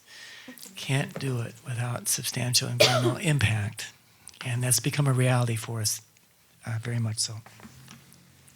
Right, and I think that it's just going to be the same issue. It'll just be happening a little bit further to the east. I mean, the sand still wants to move east to west. So whether the sand is encountering the barrier further to the west or further to the east, we're still going to be looking at, and we go into this knowing that once this is set up like this, you just have to set your permit up to where you know that you're doing, maybe we'd have to see, but you'd be doing regular maintenance dredging. The more you did it, the less you'd have to dredge each time in order to keep the ramp operational. So what I had mentioned before in terms of Highland Shores shows up in both completed projects and planned projects because the full renovation, as it stood, was completed in 2009. But a few months ago, we were approached by the property owner of this parcel here just to the north, who was very interested in selling their property to the county. And we're working through that contract process right now. Charlie, correct me if I'm wrong, but we have the BA in place to actually purchase it? Yes, we do. It'll be a budget amendment, of course, that has not yet been brought to the board. More likely, we hope to be in September, using the available funding that we have for boat ramp acquisition. Good. Okay. And again, as you can see, this would easily more than double the parking capacity at the ramp. And I mean, that's the only intent, is there was nothing else. It would be improved as to provide more parking, and would definitely be a benefit at that area. So hopefully mitigate some of the people who would otherwise wind up along the road. So. That's rare. This is the only the first time that I know of that we've been able to expand this way, other than be able to work with what we have. So that's and to have it be that impact to the amount of capacity for that boat ramp is a good thing. So now we'd like to talk about the proposed public-private partnerships to add some, again, much-needed capacity. And Charlie, did you want to hear that? I can speak from here, if that'd be okay. As you know, the Penn Bay Partnership LLC has approached us over a period of years with a continued interest to partner with Manatee County to incorporate a public boat launch and retrieval location and parking into their development plan, allowing for a mixed use, both for the private purposes of supporting the development as a marina, and for the public purposes of allowing increased capacity and launch to Palma Sola Bay. Some of the limitations that we have launching from the Palma Sola Bay Peninsula on the north side can certainly be met by developing this location for access to Palma Sola Bay. There are Palma Sola Bay is a very sensitive body of water, but this project, as proposed, would provide a launch lane and a harbor on what is now a farm field, and would not do a significant change to the shoreline of Palma Sola Bay, which, number one, is a very important attribute that should be taken into account if we move to a partnership with this company. And the capacity there, as is laid, is 4 launch lanes, and the associated parking that goes with each lane gives you 80 spaces. And we've had our briefings with the developer, and are prepared to certainly recommend a partnership. There are certain conditions, of course, with that. The next slide addresses those. There's an estimated cost there between $10 and $15 million. I might also reference that the principals for that development are here. I may want to provide comment in public comment period if there is such a point. But the current cost estimates are ranging at $10 to $15 million. And the range is dependent upon the method they use to secure the channel needed to get into the farmland to create the boat basin and the parking and the launch. There'll be a channel cut also through the uplands to get into Palma Sola Bay. And you usually employ, of course, seawalls to hold the new channel together. And what material they use to construct the seawalls themselves is the part of the variation of cost. As you may know, this development is found the right time in the market to move forward with their design and permitting of the subdivision, indicating that they would enjoy and join Manatee County as a public partner and incorporate in their design the construction of a parking lot and ramp. Manatee County would be a witness to that and certainly be a participant in the permitting of a boat ramp there, because we would certainly find a public purpose in expanding boat ramp capacity and launch lanes here. And as mentioned here in the slide, there would be an equitable sharing of cost. We haven't really alighted on what that sharing would be or what components of the operation would be cost shared. But it's, this is a workshop and we're looking for that type of consensus and today or at a later date that we do move forward with this developer, express our interest and this department's recommendation to participate here for one of the few opportunities we have with a willing landowner to incorporate a public boat ramp into their project. I don't believe we've ever had this before. That's how valuable this type of opportunity is for us. How you finance a single purchase statement is another egg to itself that must be broken and cracked. And we'll talk about that in a few minutes. Okay, thanks, John. Go ahead. I'll keep going. The second slide that we have here in our discussion of public and private partnerships around the Manatee County that we know of, one was an additional boat ramp facility that might be developed at the location on the far north side of Port Manatee. Now, I understand in today's discussion at the Port Authority, there was discussion of this, so I won't belabor it, only to say that if this opportunity is not feasible due to port expansion plans, then we keep looking. Because we are solely deficient in available launch lanes north of Manatee River. The problem is, as most boaters know, the shoreline along Terracea, Bishop Harbor, is flat and shallow. If you've ever decided to come in on your boat on a incoming low tide, goodness help you if you can make it back to shore. Because tides leave there very quickly and you get into a very shallow situation. And of course, that would mean if we were to carve our way out of such a location with dredging and development, there'd be huge impacts to overcome. I was going to ask Damon to address some of those sensitivities that are there. So as the same thing like Alan mentioned before, the same challenges we'd have anytime we work in the water is same thing any developer would face is you have to provide mitigation for those types of impacts. And I think what Charlie's alluding to there is with these areas in Terracea and Bishop Harbor, north of the river there, those natural resources are what it makes it special and makes it beautiful and provides all those excellent ecosystem services for us. But it also makes it very expensive and very challenging for development of additional facilities like this. Good. Sure. Never wants to turn away. We're going to continue to look. And it may even be some proposal in the future to you, because we haven't brainstormed past that. We need more. That some proposal would be maybe we can take the existing ramps that we have and bring in fill and increase parking and increase launch lanes.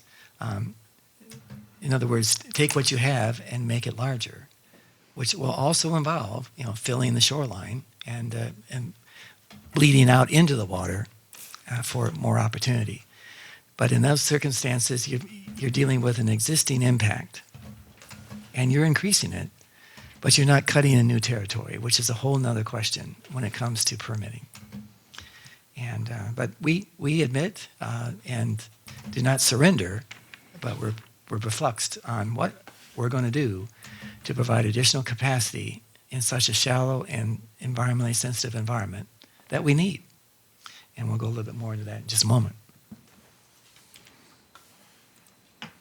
Right, I just want to add to that, one of the challenges that we have in terms of capacities, even at the existing boat ramps that we have, is that for the most part, we don't have nice rectangular pieces of property to work with where it's easy to lay out parking for 55-foot deep parking spaces and have trucks and trailers be able to turn easily. We have properties like State Road 64, very long and narrow, Coquina South, very long and narrow, Kingfish, very long and narrow. So it's a little bit trickier to have to take into account obviously the intended use for trucks and trailers. So now I just want to talk about what are some of the needs and so what are some of the issues that we're looking at as far as for management, customer service at the boat ramps.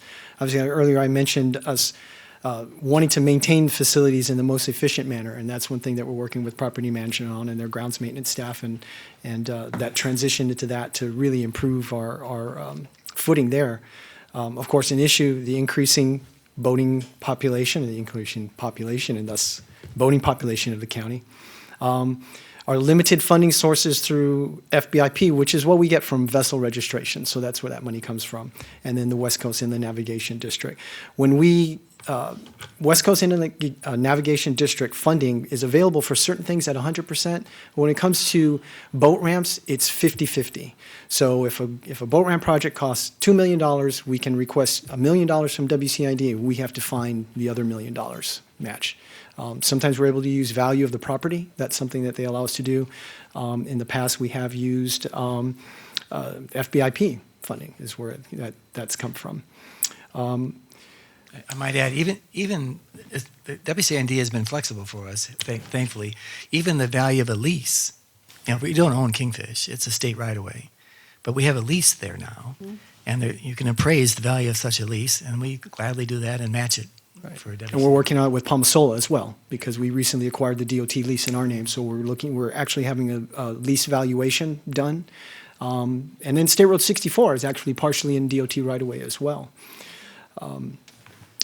So another thing I want to mention, again, user conflicts, use conflicts, limited waterway access, and we have a lot of demand, varying different types of demand. Some things that probably 15 years ago we never would have seen in terms of course, between the private recreational users, certain types of commercial users. Of course, the charter guides have always been around, but now we're seeing a lot of other uses and requests for use, boat rentals, eco tours, all different types of things as far as that goes. And it squeezes the facilities.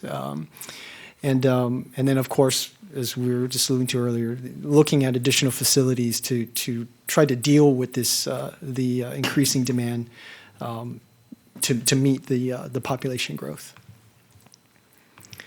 So if you've ever driven by a boat ramp on one of our boat ramps on a really nice holiday weekend, you know that they're a little busy, and they're pretty much, I think it's fair to describe them as operating beyond capacity. And of course, this increased use, increased impacts leads to more increased needs for maintenance and increased costs for maintenance. We're looking at the number of registered vessels in the county versus in relation to the number of launch lanes we have. So we have about approximately 1,163 vessels for each launch lane. So hopefully they do not all show up at the same time. There's going to be a little bit of a wait. It's always been like that, The comprehensive plan adopted standard calls for one launch lane per 7,500 persons. So using the number of 395,000, it requires a standard of 52 lanes. So if we figure 3 launch lanes for each new facility, we only have to build 10 new boat ramps. You can explain this, and I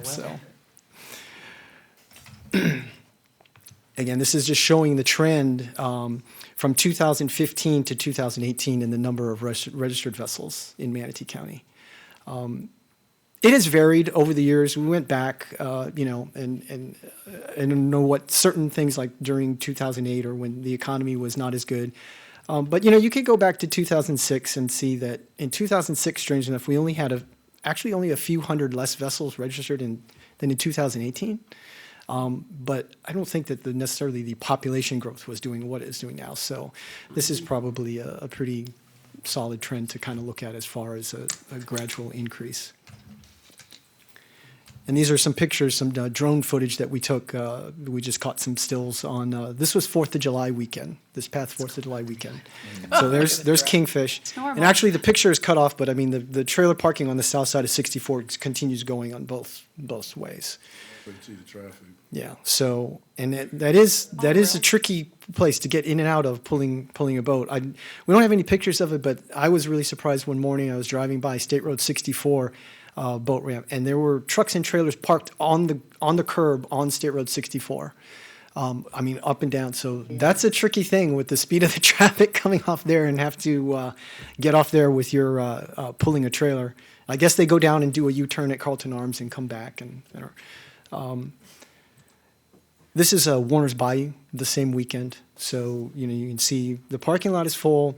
Parking up and down the road. This is actually illustrated. We actually received an inquiry from MSO not too long ago about some issues of people parking along the roadway there. And they're actually, you can't tell from the picture, but transportation had put up the white reflective things to keep people from driving onto the grass, but those trucks there are actually parked inside of that. So they don't let that bother them. So just run over it. Yeah. The area to your bottom left there, that is the renovation, the resurfacing of the overflow or the southern parking area, which actually would have been done like 2 weeks ago, but the rain has been killing us. But it's very close, so as far as being open. So obviously that helps. That's going to be resurfaced the same way the north side is, marked designated parking spaces. It adds, it's organized to provide 17 trailer parking spaces. There'll be a designated kayak launch there, 5 or 6 regular parking spaces there too. So that just kind of goes to show, again, what and this is actually, maybe Memorial Day weekend will be a little bit different. Typically, we see Memorial Day weekend be the worst as far as, but there might have been some things that I was a little surprised from some of the pictures that I saw. It wasn't quite as busy as I thought it was going to be, but maybe we might due to some other things that are kind of going on that kind of kept people away. But typically, it's kind of crazy. I know probably there's been 2 or 3 Memorial Day weekends, when Charlie is driven by Warner's, and he's always called me on Saturday and said, "I can't believe what I'm seeing out here." That's the reality of it. And whoops. So Charlie had mentioned the proposal to look at user fees to supplement and improve the boat ramp program. We took a look at some of the neighboring counties nearby which are charging fees. You have Pasco, Hillsborough, Pinellas, Lee, and Citrus. So Citrus is actually looking at implementing a program. Sarasota County does not. I don't know whether or not they've talked about it with their boat ramps, but we communicated with Hillsborough County quite a bit and looked at their program, because actually this picture of the pay station is I was at, I had gone to the Gandy boat ramp for a meeting with FWC and saw that. And then I walked around and looked at the trucks and the vehicles in the parking lots and see that everybody had their little tag in their windshield. $5, 24-hour rate. And then in contacting them, we found out that they generated in fiscal year 2017 over $250,000 from 4 boat ramps. Now, actually, one of them was Gandy boat ramp, which is a large boat ramp. But still, I think comparable at least to the number of parking spaces that we have total in the county. These pay stations are solar, so there's no any other major type of installation necessary with them. They're fairly simple. They're not that expensive. Lee County uses some other types of machines that we've looked into before. They're a little bit fancier. Charlotte County has the thing with the pay by phone, but those machines are also 3 times the cost of these types of machines. So again, to reiterate, these are the list of our boat ramps, the number of launch lanes we have, and the approximate number of parking spaces that we have. And again, this is not factoring in regular parking spaces. So based on that, just a general, an estimation of a $5 per day rate, that each space could reasonably be expected to generate at least $500 a year, which at the 9 boat ramps would equal to about $146,000, $147,000. So when you think about it in perspective, at a $5 rate, that means a parking space only has to be used for 100 days out of the year. It's 265 days that otherwise you'd say, well, that parking space would just be sitting there, unused, and we know that's not going to happen. We also didn't factor in for any number of things like double use during the day. Somebody comes in and parks for a few hours and leaves, and someone comes in right behind them and parks. So as I mentioned, the parking, currently the machines, those machines are $6,300 a piece, and they do require a $45 a month data plan to be able to use people to pay by card. So an estimated initial cost of approximately $65,000 to install 10 machines at nine existing boat ramps. We say 10 because a large property like Coquina South, it might be better to have 2 machines on either end. Might make it a little bit easier for users. The data plan would run $5,400 a year. And we estimate that the return on the investment for the equipment itself would be within 6 months. I think Hillsborough County got theirs back in like 3 or 4 months. But And I'd like to amplify that for a moment to say that this, again, is a very conservative estimate relative to time of use. And it would even, this type of calculation, our assumption, we would even accommodate something that we would be open to, and that is an annual resident pass, honoring the residents here who have put up with this and the opportunity for them to continue to use these ramps instead of having to pay every day, every time they use it. A system like this could accommodate an annual resident pass tied to your boat ownership. And just throw that out because that might be coming up. Just to that also goes along. I mean, obviously, all the other counties have that system in place, but of course, there's administrative effort and IT and ways to make it easy for somebody to receive a permit. You want it to be it'd be nice if they just go online, and they've simplified the process. So that's part of it. But certainly, yeah, they definitely do all use that as well. So what would this revenue be used for? Well, of course, it would go into the constant need of boat ramp maintenance and upgrades, certain amenities that we look to put into, as far as things like fish cleaning tables with running water, and looking at anything that would benefit boaters. So because a boat ramp, nobody takes their boat out to go to the boat ramp. The boat ramp is not the destination. The boat ramp is just the access point to get to where you want to go. So whether you want to go fishing or you're just going to go boat riding, well, the aids to navigation will tell you where not to run aground. We haven't had artificial reef construction budget since 2007, I think, or maybe in 2007, 2006. I would like to say, though, through Christie's efforts, we've gotten FWC artificial construction grants 3 years running, 3 years in a row. So, but again, that's a magnitude of scale in terms of the size of project that we can do. If we don't have, one thing that we can use this money to also be matching funds to make projects bigger. Because that type of work is not cheap. So even though I think this year, Christy, we didn't have a match, and so we're going to do a project for $60,000. Well, that sounds like a lot of money, but when you get the barge out there and you've got half a barge of rock, it's a good project, but obviously anything that we could put towards it would help expand the program, and that's a huge benefit for boaters. That's something that people we know from going to our advisory committee meetings that people are always asking us about, and when we're going to be doing more types of things. And another point here, potential mitigation costs. If we're looking at expansion, and expansion means mitigation, there would be another source of potential revenue for that. As I mentioned, grant matching funds. And the navigation improvements that run the full gamut of just about all the things that I've heard in 14 years, from will you come take the dead pig out of my canal, to any the two-story houseboat stuck under I-75, or any of those types of things that would equate to a navigation improvement. Closing in our last two slides. So funding overview for boat ramps, as we mentioned, comes from West Coast and Florida Boater Improvement Program. Paid parking is not a silver bullet. It will never approach the revenue needs we're looking at in the millions as it relates to more capacity. And as we've shown, we're dire short on capacity. So there are other potential revenue sources themselves, possibly not adequate in and of themselves, other than borrowing.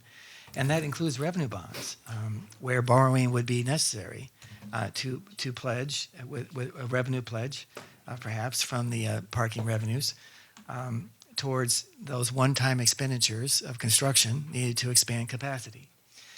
Also, there's obviously growth-generated demands on our launching capacity, and that is the prescription for determining an impact fee, and an impact fee rationale and a rational nexus. Up to this point, we have not established a level of service for recreational boat launch facilities in our impact fee structure. The recreation impact fee structure does not include boat ramp costs or provisions.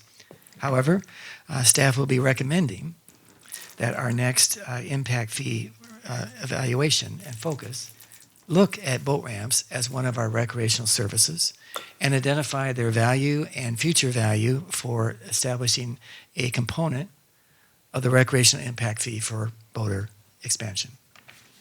And with that, then, with the establishment of that, there's opens a possibility for impact fee credits if those impact fees are established as part of the recreational upgrade.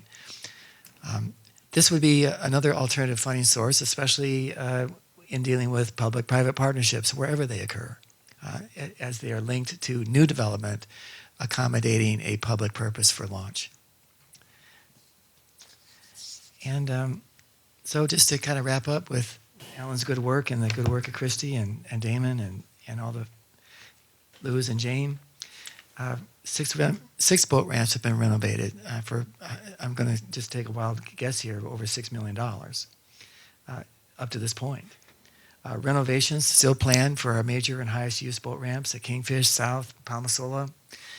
We would recommend and like your consideration at a later date for officially moving to a user fee structure for our boat ramps that accommodates a reasonable fee, customer convenience, and the application of those funds for boater-driven improvements, avoiding potential transfer even within our own department to say, well, Charlie, you're going to get that funding, then you'll put it into a playground, right? No, we'll leave it for the recreational boater and boater facilities and accessory uses. Current funding is limited, and alternative funding sources such as impact fees, revenue bonds, need to be evaluated, or I can say we will not be able to meet our targets because we are dealing with multi-million dollars over the next 5 years to reach these goals, and we cannot do it with pay-as-you-go. And that's our conclusion, and we're ready to take questions from all major, and any public comment, of course, that might be available. Okay, well, we've got some commissioners that have questions, starting with Commissioner Whitmore. First of all, Alan, thank you. You've done a great job, and I've written at the bottom of all my notes because I know we do our reef maintenance. I was reading your backup this weekend. Do you guys actually go out there, dive, and still, because it says on the grants that you have to monitor them and maintain them. Do you guys still do that? Yes. Mhm. Is it only two of you or one of you? Well, there's three of us that go. Somebody stays topside. Right. Christy is our main diver, and okay. yeah, we depend on other people within our And I our don't think department. people realize when we get a grant that does something like this, that our staff has to go out and document so that we can, comply with our grants. And I thought you had done that, but kudos It is to you. work. It is work. People are always like, "Oh, you guys get to go boating." Yeah, no, it isn't. And I actually am on the WCIND, and I have the budget. And Charlie, I don't know, the Kingfish boat request, is that in our upcoming budget? Because we're going to be having meetings very soon. Well, Has yes. that request been put in here? No, it hasn't. As I mentioned, the design and permitting, which is not an eligible expense Right. under West Coast, will be our obligation. And we need to obviously work through that so we Okay. can better define the actual construction costs, which would then be budgeted. And also just remember, I guess Palmasola is kind of like about the same time, so you may need to remember to get that going with them also. Okay, Kingfish. I saw that the permitting is 2021, construction is 21-22.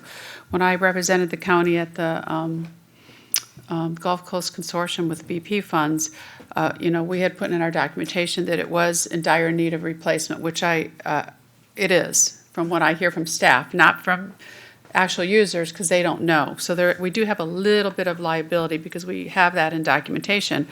And my question is, can't we fast track this, do it right, but fast track it because we have the funds?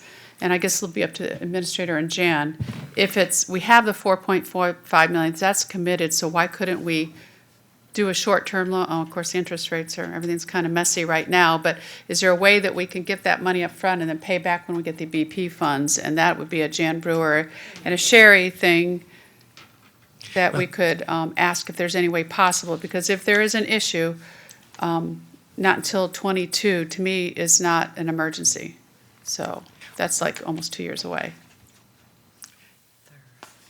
In the state view, with permitting, everything is go, go, go. And even with that, it will fully take 10, 12, 18 months to settle on the public purpose and the hearings and et cetera to get that permit. So I want to emphasize, we won't let any dust gather on this project. We also, as you know, need to secure an agreement from the consortium for this actual project with that in suitable form so the board can approve it. We have the funding commitment, but we don't have the agreement in hand yet. But that won't take 18 months. So we may have to maintain it until we get we're able to correct. build it, because you can't, and then there goes money to me wasted down the drain, but if we have to do that, that's what we would have to do, correct? Yes, the critical driver here is the Florida Department of Environmental Protection, the U.S. Army Corps of Engineers, and their federal consulting agencies like the Marine Fisheries Service, who are under no obligation to follow a local emergency or priority unless there truly is a life safety issue. But we will be proactive and submit Yes, it we as are. soon as we can. Okay. Yes. Palmasola, Gene Gallo called me yesterday, and he, again, couldn't be here. I think they're all at the Florida League of Cities. That's where they seem to be, because I got a message from the mayor, 2 mayors. But he was wondering, could we please consider the east? I know in the past you and I talked about it, and we were going to take it over, and it was going to go to the east. But the environmental with the seagrass, I understand. And if there's some, if you've got a good rationalization and justification, I can feel comfortable telling them that. And I'm glad you brought that up. Now, are you going to get a maintenance permit, and do you still do like 10-year permits? Because from what you're saying, it's going to keep silting in, because you said it goes from east to west, the sand. So when we do this, we're going to have the same issue. So it sounds like we may have to maintain it more than some of the others, correct? Mm-hmm. So do you get I know at the city we had a 10-year permit to maintain channels, canals. Is that what you would do then?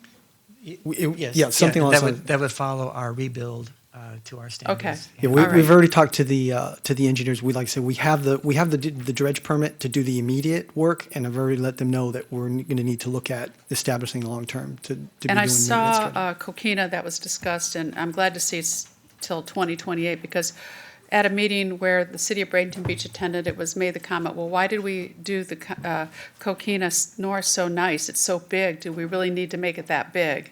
And I'm going, what?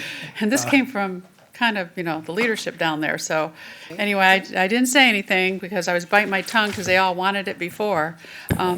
Okay, Penn Bay, which is the project that we were talking about during the summer break, I did meet with Whiting Preston and John Osborne, regarding, I wanted an update on what was going on with Lake Flores and also Penn Bay. And again, and actually it was also the boat docks, because I know we've been working on this for a year. Actually, I've been here since when Joe McClash had asked Whiting to do this years and years ago. And it didn't happen, but I remember, and actually he brought up the Skyway at one point. Joe McClash did too, and we had issues where we were trying them, but maybe that's something we could try in the future. So anyway, it was a good discussion, and because it is a give and take, and I'm sure Whiting or Caleb is going to come up and explain, but to me, I felt very good about it, because they're giving up property that they could make a lot of money up to be able to help us to be able to allow parking.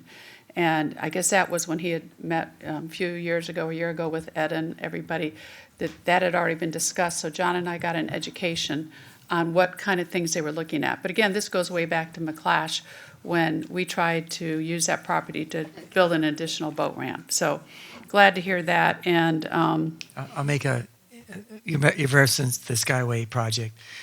That's still an option, an idea, but it entails creating a fill platform near or next to, on the opposite side of the south rest stop location, in terms of where that would go. And in such a location, it would truly draw on a large regional population from both Hillsborough, Manatee, and beyond. And being state-owned property, we would hope that any partnership there would include that's a good multiple idea. counties in the investment. And the state, maybe. That's a Yes. wonderful idea. WCI&D for Penn Bay could also help with dredging the channels to get to there. They're eligible for those funds because it is a channel, correct? Well, We'll be expanding it. it'll take some artful interpretation, because remember, right now it's a farm. And Oh, I'm talking about that's already out there. We already have a channel to the property. we do. That's what and- I'm talking about. And it may only, well, we'll ask the Yeah, public on inland this. probably not, but the already existing, which would cost us lots of money, WCI&D could assist from what I was Of under course. the impression. Of course. Okay, so that's Penn Bay. We do need another boat in North County, and I'm glad that we discussed the Piney Point this morning, so maybe we could look at other options. And, Priscilla has been trying to look at other areas, and maybe she'll say, but I think it's good to get information and get some input from the locals around there, because maybe there's something that we're not thinking about in North County. Okay, as far as parking fees, I don't support them 100%. On your slide that I got looked at over this weekend, I thought it said an estimated revenue of 136,500, but now today I saw 146,500. So Right, did I just I'm have the sorry, I numbers should have mentioned, wrong? that was an error on my part. Oh, okay, so see, I read it, so it's 146. To me, 146,000 for the maintenance of parking meters, and on saltwater, I live where 4 of the boat ramps are. For 50 years now, so, I mean, I go by, not all of them every day, but that's where I live. To me, we nickel and dime our citizens we're gonna raise the utility rates, we're gonna do other things, we have user fees and other costs. I just don't support charging to park our boats. Sarasota doesn't do it. I was surprised, I was looking at that graph this morning, and I just don't support that, and hopefully the commission won't support it either. To me, to get the public outcry on this versus what we're gonna generate every year, I don't think it's worth it. I think that when we're raising other rates, like we talked about our utility fees this week and others, parks and fees, which we have to, if we can still try to figure out to do this, I don't support raising the parking fees. Let's see, and I think that was it, but I really hope the commission considers that, and I appreciate this. I know you've been talking about trying to get parking for our boat ramps for a while now. When you look at the amount of money you got, that's nothing compared to what our budget is. And I don't think that we should be charging our citizens for that. And I'm hoping, that our commissioners won't support that. That's it. Commissioner Ball. Just a couple of things. I thank you for letting me go right now, because I've got to leave to go. I have a dinner for Port Manatee that I have to go to. But just a couple of things here. I know that I saw one of the things in your presentation about Port Manatee looking to build a marina. They're not going to build a marina. They have talked about cruise lines, but, we haven't looked at it going where you're talking about, Charlie. I think the port right now is looking and realizing that we need to expand. And that's kind of what they're studying right now, so I'm sure something will be coming forward before too long on that. If we don't expand, we're not going to be able to grow. And if we can't grow, we're giving up a lot of business. So that, will be coming forward. I do think, however, in looking at where you're talking about for this, I would and I will ask tonight that they look into it and give us, some thoughts on it, because the only thing that I heard this morning necessarily was the concern of security, with it being so close to where, the port might be. But, I've talked to Dave and Carlos, about it before this meeting. So let's see what they say. The port likes to work with the county as much as they can, as long as it's not creating an issue or something, where it could be an issue like security or something. So let's see what they can do.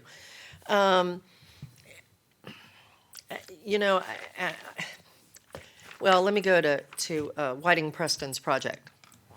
I met with them as well, and I think it's a great project. I think that the county, we should work with them to make this happen. I don't know the extent of the cost involved. I don't think right now they know, but, I do think it would benefit the county to do this as well, so I'm in favor. Just saying that now before I have to leave. And the other thing is, I know that I heard what Commissioner Whitmore said in reference to the boat ramps. I would have to say that I don't necessarily agree with what she said, but the reason that it bothers me is that we have a lot of boats and trailers that come in that aren't from Manatee County. We have a lot of commercial fishermen coming to our boat ramps and using them that a lot of them aren't even from Manatee County. And I don't think that's fair, because that a lot of times stops citizens of Manatee County from being able to use the boat ramp. So from that standpoint, I think it is something we should look at. I realize it's not enough money to really pay for all the maintenance, but every little bit does help. If there's another avenue that can be done, okay, I'd, be willing to look at that as well. But I do think that we need to do something about, these commercial fishermen that are using our boat ramps and tying up, space at our boat ramps for their own benefit, and the county is basically having to take care and repair those boat ramps because of it. To me, that is an issue. So, in looking at the citizens, yeah, I'm concerned for the citizen, maybe in a different way from Commissioner Whitmore, but I just don't think that it's right that a commercial fisherman should be able to use our ramps and run their business from our boat ramps. I just don't think that's fair. So on that note, I'm sorry. Yeah, they do. I mean, I Be it could a name charter or a commercial fisherman? both. Oh. I could name one right off the bat that I know you know. So anyway, that being said, I've got to go, but just food for thought from my end. And I know we can't vote on any of this today anyway, but Can they that's where I respond to stand. Vanessa? Reggie had a question for Oh. This is for all of us. Are we deciding today whether or not we're going to No. move forward? No. No, we're just no discussing. decisions. No. Anybody can leave whenever they want. Thank you. Commissioner Trace. Good job, Alan. This is something I've been, Thank you, Commissioner. since day one I got here, this is a very, very big concern with folks in the northern reaches of the county. Basically, what y'all told me is we have 3 lanes for the whole north part of the county. The city of Palmetto is paying for most of the people in the county to use a boat ramp. It's, Well, actually 4, Highland Shores, but, well, yeah, Highland Shores has 1 and Fort Hamer has 2. right. So there's 3 that the county is in charge of, 3 lanes. Correct. Oh, yes. Mhm. Okay, and Highland Shores is a solid mile from the DeSoto Bridge. So you have to go a long way to get to the pass, Tampa Bay. So it's a problem. Now, I totally agree. In Highland Shores, you cannot put a deep water boat in there except for like maybe 4 days after they dredge. And they dredge, what, once every 10 days, 10 years? They just did. I'm just We saying, just did, yeah. that thing fills in fast. So there's issues there, and I think right now you can park about 5 vehicles there, so we'll increase the parking, but it's still a shallow facility. So we just are not providing for our people on the north part of the county. And sometimes, y'all all know I'm way out east, sometime if I get there early in the morning and I'm on a Saturday trying to get back home, 6 o'clock in the morning, I can't pull out on the 62 because everybody in Lakeland goes to Anna Maria with a boat on the weekends and the summer. So they're using Coquina South, Kingfish, they're probably using Palmetto. So I have no problem with the parking. I especially like it if we have a county, if you live in the county, you get something preference if you're a big fisherman. And every fisherman I've talked to, they'll pay the parking if they can get a boat ramp. But they're very upset that they're like, man, I can't get to Kingfish. The traffic's so bad. I can't use Coquina. When I get to Coquina, nobody can drive worth anything. I know my son on Saturdays, he's got an hour and he goes out fishing. He leaves at 4:30 in the morning because you can't get to the boat ramp at 6 o'clock in the morning. It's too crowded now. And Same in Sarasota. yeah, I mean, it's a huge, huge problem. We don't have enough boat ramps, and there's a lot of people that is the only type of sporting parks, whatever you want to say, that they use. They're not using soccer fields. They're not using softball fields. They want a boat facility. And I agree that it's going to be tough to find one. That's why I said, look at the old, we've talked about, Charlie and I know have talked about the Skyway. We have talked about where the ferry landing was supposed to be. We've talked about a couple boat ramps that are already there on the Sneed Island Cut, the path, which would not have any environmental implications, but they are extremely expensive. Of course, that does have you driving through Palmetto. I'm fine with the Penn Bay. I say the more boat ramps we can get, I think we should try to go with it. So I'm fine. I am fine with that. But I think we need to really, really realize that we are not taking care of a whole lot of people. And we are taking care of people that don't even live in the county. Thank you. Okay, Commissioner Benak. Yeah, this is a good conversation, but I can't help but think what our congressman said to us. Yeah, you thinking big enough? You know what? We are not the same old Manatee County that we were back when Joe McClash would design these places on the back of a napkin. True. And I get it. I get it. He was the #1 boater on the commission, and Or pack glass. so I'm not sure that he did not design some of those boat ramps. No, he didn't. You know, the question I want to explain why we have the comp plan the way we do. The comp plan, when concurrency was set up in the comp plan, things like parks and boat ramps were done by figuring backwards. The level of service was what was our population, and how many boat ramps did we have? And so that's where that number came from. Well, that was probably in about 1989. I bet nobody's ever updated it. So that's why you had that standard. That was what was figured. You met the standard when the comp plan was adopted. This was the number of people we had. This is the number of boat ramps. That's how many we had per population. Do you ever remember updating that, Charlie? No. No, my last time I touched that was 1983. There you go. There you go. So that's why you have that standard. Whether that makes any sense now, I don't know. But I just wanted to explain that because it did seem pretty far off. But that's just how the standards were set back then. The user fees, it only makes sense to have user fees.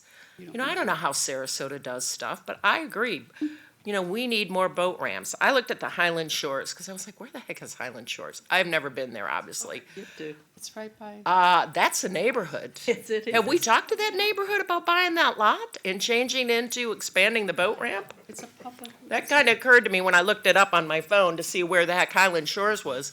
I mean, to get there, you drive down a neighborhood road.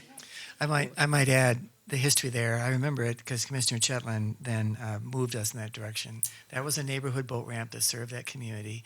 They lost access to the Manatee River but could not afford to dredge the canal.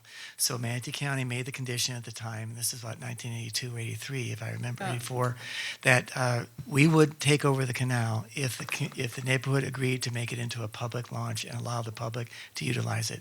So once again, this was a boat ramp not designed by professional boat ramp engineers, but served as an amenity to the development when it was constructed, and we assumed it later in its life. Well, I just would caution you, because I have seen some of the reactions that we've had when we do projects, the county, and don't coordinate with the neighborhoods. I can give you a list. But you're talking about expanding a neighborhood boat ramp that is very underutilized and increasing that significantly. Make sure you have a neighborhood meeting. I hate to be that directive to staff, but I'm just saying, I don't want to hear people screaming about, that was a house, how did it turn into a boat parking lot? I mean, that's a big difference, and you're driving down a neighborhood. So that's all I can say about that. Other than that, maybe that is a great thing to do, but don't get that too far ahead in that train without looking at that. The Palmasola, explain to me again why we need to move it. I heard that it was hard to get a sailboat out of there because you didn't have the right winds. I remember hearing that, and I heard about, so why do we need to move that? We're not moving it. It's been suggested that we need to move it by folks who We're not recommending We're not that. moving it. We're not recommending it, but it's been suggested to us from folks who take a kind of like a rational look at it without thinking through the engineering aspects and the modeling and the longitudinal flow of sand. It just would say it's all clogged up here at the end. It seems to be swirling around down here at the on the western end. Let's move it back to the east so it can flush more freely. That would be a rational look at it. However, the modeling and the design proves that wrong. It won't help. It will just have the same effect. And even if it did, we would be adding. I don't know why you want to put a number on it, but $300,000-$500,000 of costs to offset the impact of seagrass, which would have to be replaced someplace else at cost and permitted. So we've been open to suggestions, but we remember also that boat ramp was built because the city of Bradenton had a concrete pad launch into the northeast side of Palmasola Causeway. And that was proving where the horses now stand. That was proving to be a nightmare in terms of traffic. And so there was a wide bow at the western end, and Bradenton, who owned and controlled the causeway, said, we're going to build a boat ramp, and sent their city engineer to task to get a permit from the state, and they proceeded to build one under the assumption that the county would help pay for it if it was properly done. And so it was built under a permit that overlooked a few things, and the city asked us to pay for it, and we withheld our payment for a number of years, saying, this is not good. This is not prepared for public use and up to our standard. And towards the end of last year, it became apparent that if we weren't going to take it over, the city was going to close it. And we thought that it would be important for us to hang on to the asset, make the improvements that we could, and struggle through. And that's how we maintain it. But the boat ramp was not built by Manatee County. It was not permitted by Manatee County. And it wasn't a Manatee County choice when it went in. All right, so we're pretty sure that we can make that functional. It may not be the best place to launch a sailboat because of the winds, but I don't, whatever, you can have to figure out another place to launch a sailboat, I guess. So how about Bishop Harbor? Who owns that? That's owned by the state of Florida. Okay. And at one time, there was a discussion about improving, which was what I call a country launch. Poorly policed, a lot of hazards, and extremely shallow environment, and into an aquatic preserve. It was used by North County because there wasn't any place else to go. Right. And if you could find your way into the river, you could do it. But two things have happened since then. There's been some substantial environmental investment in the derelict finger-filled canal that was there that has limited access for parking. And secondly, it still remains as an aquatic preserve. At one point, coordinating reluctantly with the aquatic preserve manager, there was a lane established out to deeper water, Alan, that was going to require It was between 50 to 60 channel markers. Because it was so... Imagine a jigsaw to get there. Right. And then that's at deep water. And rising sea levels notwithstanding, it will never support any type of a draft vessel. It'll be a Highland Shores type of affair.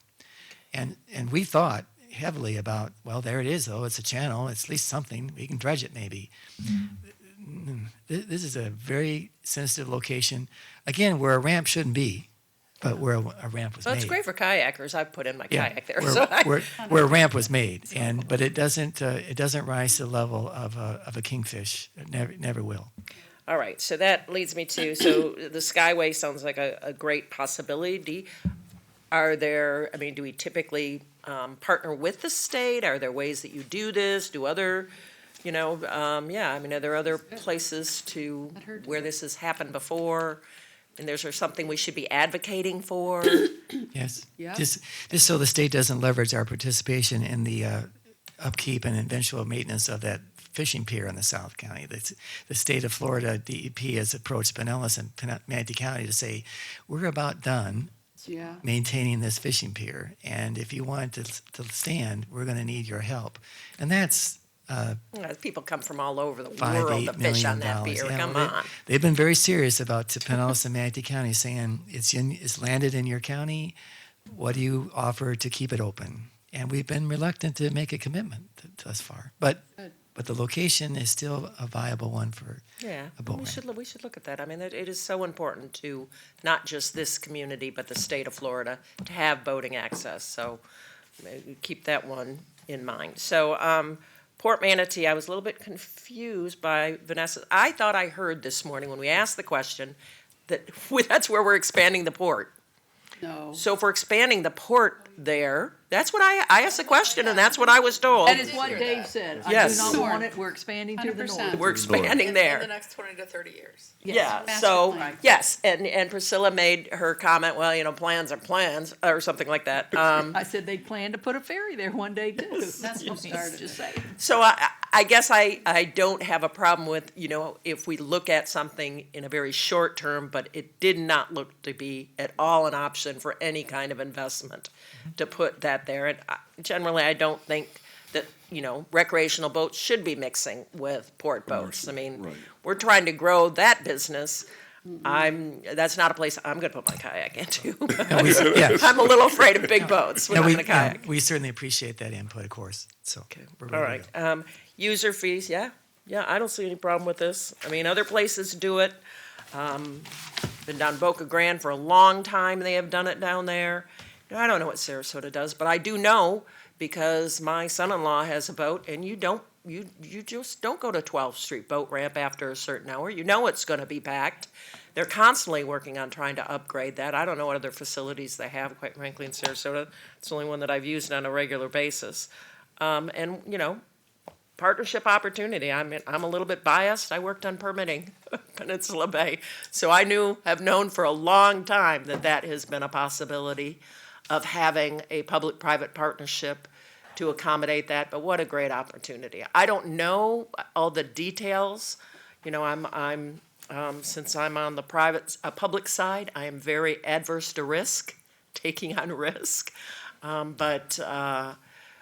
This is such an opportunity for us, and it has been, you know, I remember back when we had a presentation way before I was on the board, and there were like 6 different alternatives that this was, but I think it was Sunny Shores. I don't think it wasn't where this is being proposed, that this was Yeah, it was. being suggested. Property, I was there. Well, I was at the meetings. If I can I help. was too, Carol.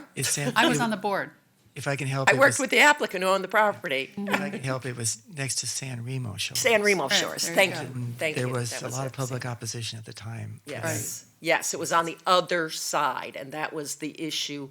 Yes, I remember the gentleman I still remember his comments, the guy that lived there in San Remo Shores. Marina So, guy. but I think that is something that we need to continue to look at. Obviously, the devil's in the details for that, but I look forward to hearing about that. But yeah, user fees, it only makes sense. I mean, you know, if we don't, I think then people that don't utilize boat ramps will start looking at us and saying, what kind of my tax dollars? What are they going to this? I don't have an opportunity to get out on a boat. And WCIND, those are tax dollars. I mean, it is something that I think has to be looked at, user fees. It just, to me, makes sense as we continue to grow and continue to want to provide opportunities for people to get out in the water. And we don't know all the things we're going to run into, sea level rise. We don't know all of that, but it does make sense to me as a user fee to look at it. Is it a lot? Anything else? No. Oh, that's you're done? plenty. Okay. Only thing I couldn't shed any new light from what all my fellow commissioners have said.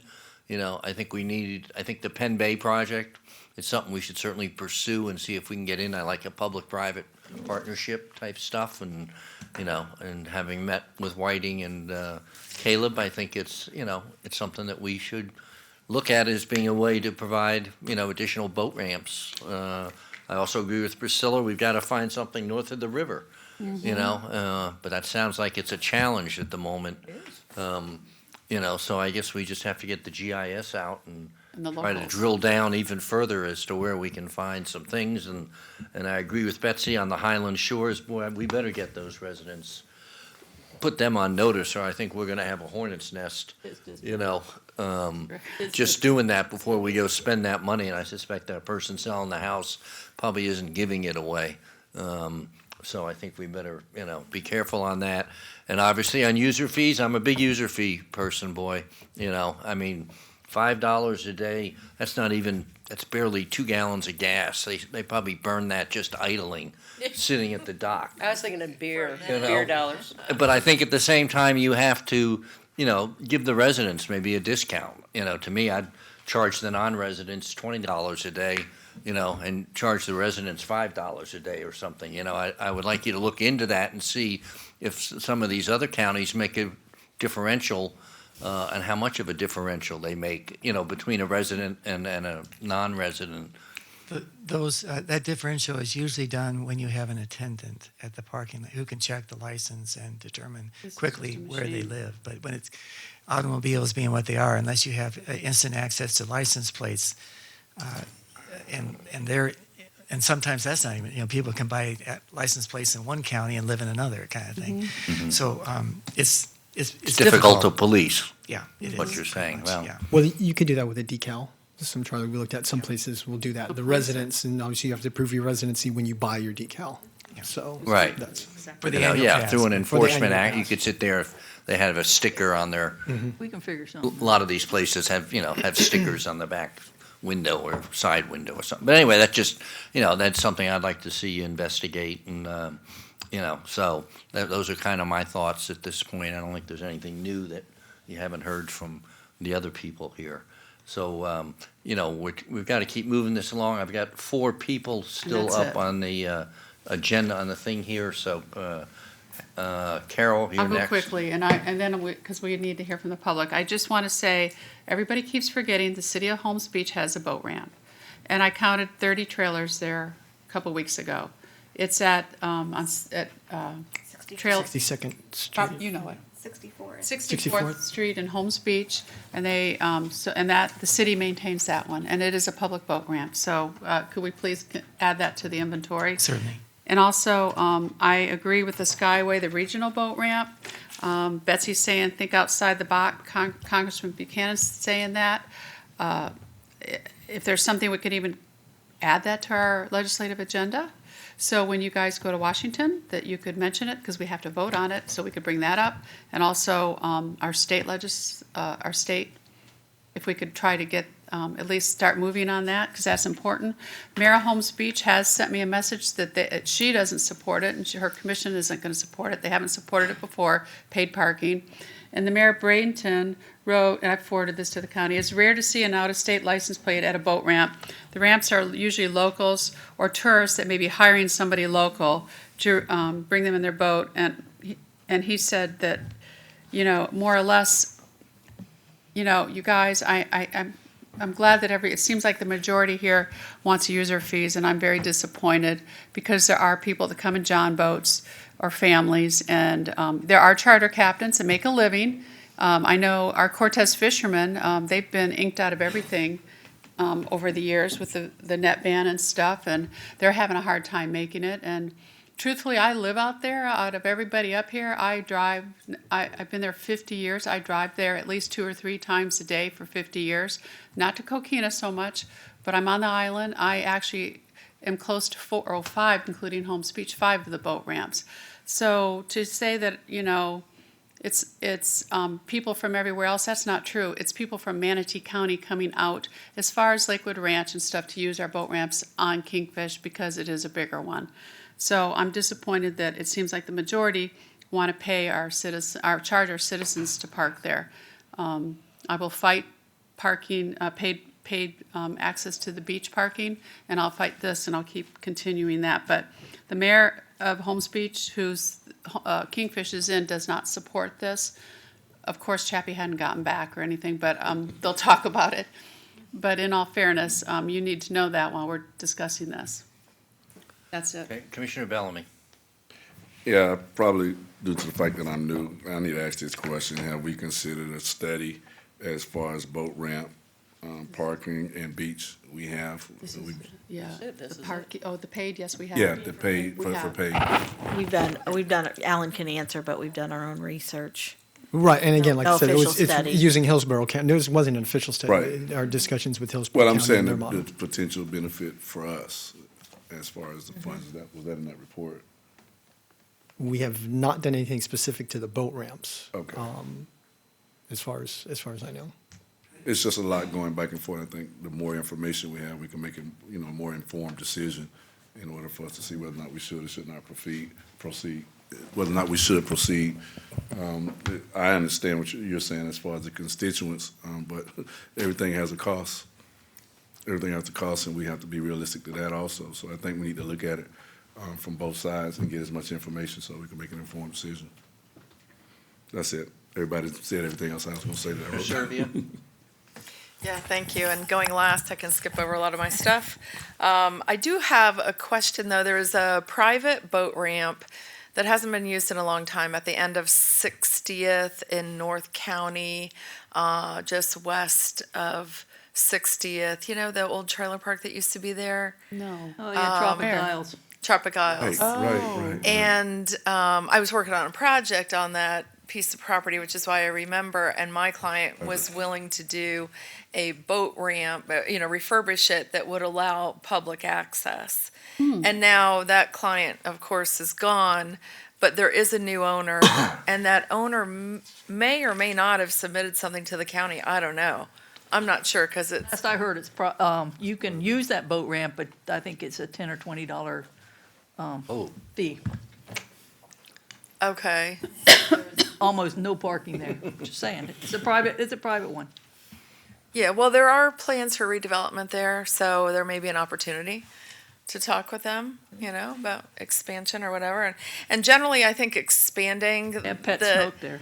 Expanding the existing facilities is just probably a better way to think of it, because shoreline property is so expensive, and when the county's going to buy it, we're just going to give the owner appraised value, whereas you can develop condos and get a lot more money for the property. So it's probably a wiser investment to expand. What else did I want to say that hasn't been said?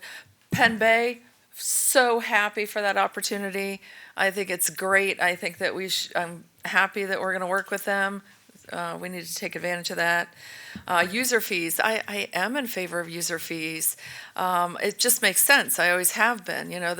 Think about the gas tax, and the more people who drive on the roads and utilize the roads so that we have to maintain the roads, they're paying for the maintenance in part because they're the users. It just makes sense. The people using an amenity need to pay for it, and the people who are not don't.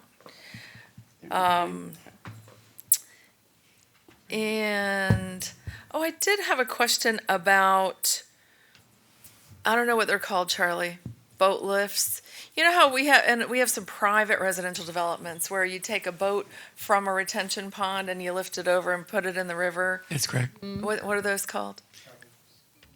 Boat motels. Remember? Travel lifts. Travel lifts. So I don't know if there's an opportunity there to kind of offset some of the need. I don't know if we have any locations where that would work. Or if we've considered off-site parking and partner with a business, kind of like a concierge. When you go to take a cruise, you know how you park off-site and they bring you to the ship.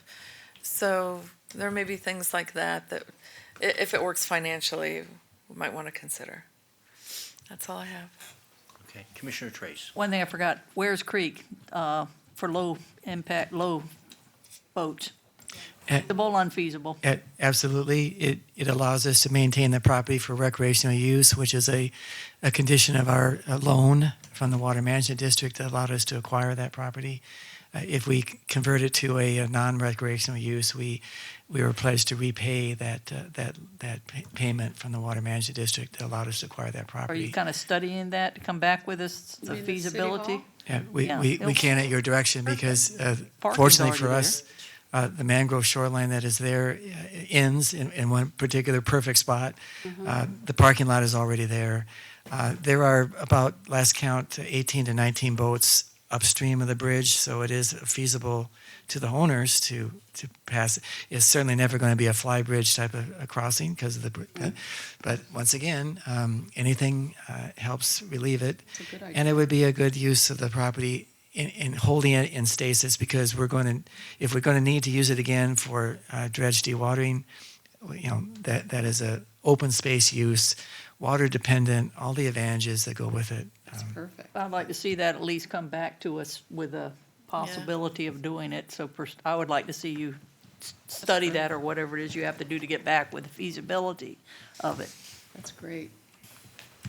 Okay, Commissioner Benak, Yeah, and then we're and going to close. I forgot about that because you must have mentioned that in our I brought it up in meeting. commissioner comments, and Oh. we said, we're getting ready to have a whole thing on boat ramps. Okay. And I said, I want to make sure we talk about it, and then I got going with the other stuff, and then I Apologize for remembered. passing over that. I knew I'd heard it somewhere before, but public-private partnership at all possible on that one too. If there's any flexibility, that's a great site for a lot of things other than a boat ramp, but if there's any possibility to do something, public-private partnership on that site. I know that we have to maintain it to some degree. But that's very valuable property. I'm going to keep saying it's crazy to just make that for a place maybe we can Just, yes. massage it so that it could be, a little bit, because you can't make much of a boat ramp there because you got the bridge. You can't put big boats in there. You got the bridge. Just something- remember, there's a full repayment requirement if we convert it to a non-recreational use. There is. Maybe we can massage that a little bit to make it serve more than one use. Just saying we should look, you don't know till you ask. It's 10 million Okay. you have to pay back. Don't tell me no. Okay, Alan, thank you. Thanks, sir. Charlie, Thank you, everyone, Commissioners. All you know. understanding. At this point, we're going to open it up to public comments. Anybody from the public that would like to come down and talk about boat ramps? I see Mr. Grimes working his way down the aisle. Great lawyer. You got tan. He's a boater. Good afternoon. Yeah, I do want to take a couple of minutes, and I'm here on behalf of Whiting Preston and his family to talk a little bit more about the Penn Bay boat ramp that was discussed today. Just want to say a few things, and Commissioner Whitmore, I appreciate you pointing out that, it was commented by Charlie that that the landowner had approached the county about doing this. And actually what really happened is back in 2004, the county approached the Preston family to see if they would work with them to get a public boat ramp on their site. And you heard the challenges here today from your staff about how to locate a boat ramp. Believe it or not, there were just as many challenges on this site.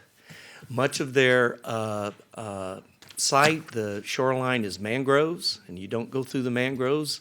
And even where you could get to the water, you don't have room to put the docks to moor the boats to do all of that. But Whiting worked very hard on that in response to try to see if he could design a project around building a public boat ramp. And as you recall, some of you were here when the Penn Bay came before the board. One of the things that they proposed was that they would have a design that would allow for a public partnership for a public boat ramp. And the board approved that. And now here we are looking at boat ramps, and it is time to really decide if we're going to do this here or not. The nice part about this site is it is a site that can be permitted. We, of course, will need the county to assist us with it, but it is a site that can because it is designed, as Charlie pointed out, to be all in the upland cut areas of the land that is there. So you launch your boat, you move it around, you dock, and the only place you go out is right at a channel. And it was also designed, and we talked about it at the hearing, it was designed to provide an improvement to the water quality because it connects to a dead-end canal, the one that goes by Annie's Boat and Tackle, I forget the name of that canal, and allows that to be able to be flushed. And so it is something that provides an environmental benefit while putting a boat ramp that can serve the public. And as you know, building boat ramps are not easy to do. This is a one you do, and you don't have the seagrasses, you don't have the wave action that is bringing sand into the place. It's a very unique opportunity. And one thing I did the math. I think he said you have 293 spaces or some number like that today, and what is proposed here is 80 spaces. That's like almost 30% more spaces than you have today in the whole county of public spaces, and to be able to do that. And what we used, and the reason 80 is proposed, is we were given the number that the best is 20 spaces per launch ramp. And we proposed 4 launch ramps, 80 spaces. Now that takes up a little bit of land. And so it really does eat into the development potential of the property. It took a lot of work to design it. And I just as an aside, not just representing Whiting, but knowing him for so long, I don't know anybody else that would do this. And it's just incredible. And I do want to make sure that we understand what the cost-sharing element is that was mentioned to you. We looked at what the cost would be if the county were to try to build this boat ramp. You'd have to build the waterway down to it, but it means that land. You'd have to build the ramp, you'd have to build the parking and the road in. And we looked at that. What is that? And we said, well, let's just split that. You know, it means you get a boat ramp for half price, and Whiting gets to use the marina as well. So that is the proposal. Now, how that is done, whether it's a donation of land by Whiting as a part of his costs and you adjust everything, we would want to work with you, your staff, to come up with a way that enables you to get the most grants and the most participation by others in this. So we are very flexible in how that is done, but we want to make sure that in going forward, we understand in going forward, we're looking at splitting those costs that would make you ability to have a boat ramp with 4 ramps and 80 parking spaces. I mean, he gave you a figure that the estimate is $10 to $15 million, depending on the method you use to construct it. And the other thing I want to point out is that the design of how it would be is something that we would propose working with the county to come up with a design that we are both satisfied is the best for the situation. We are not trying to dictate that. We have a design of how the boat ramp would work and the parking and the layout that has been done with those that do boat ramps. But we, again, the final of that, we would work with the county on all of that. But to do this and to have a public boat ramp, it will require a public-private partnership. PPP. One of those things. And just the permitting would be way different with a public use as opposed to a non.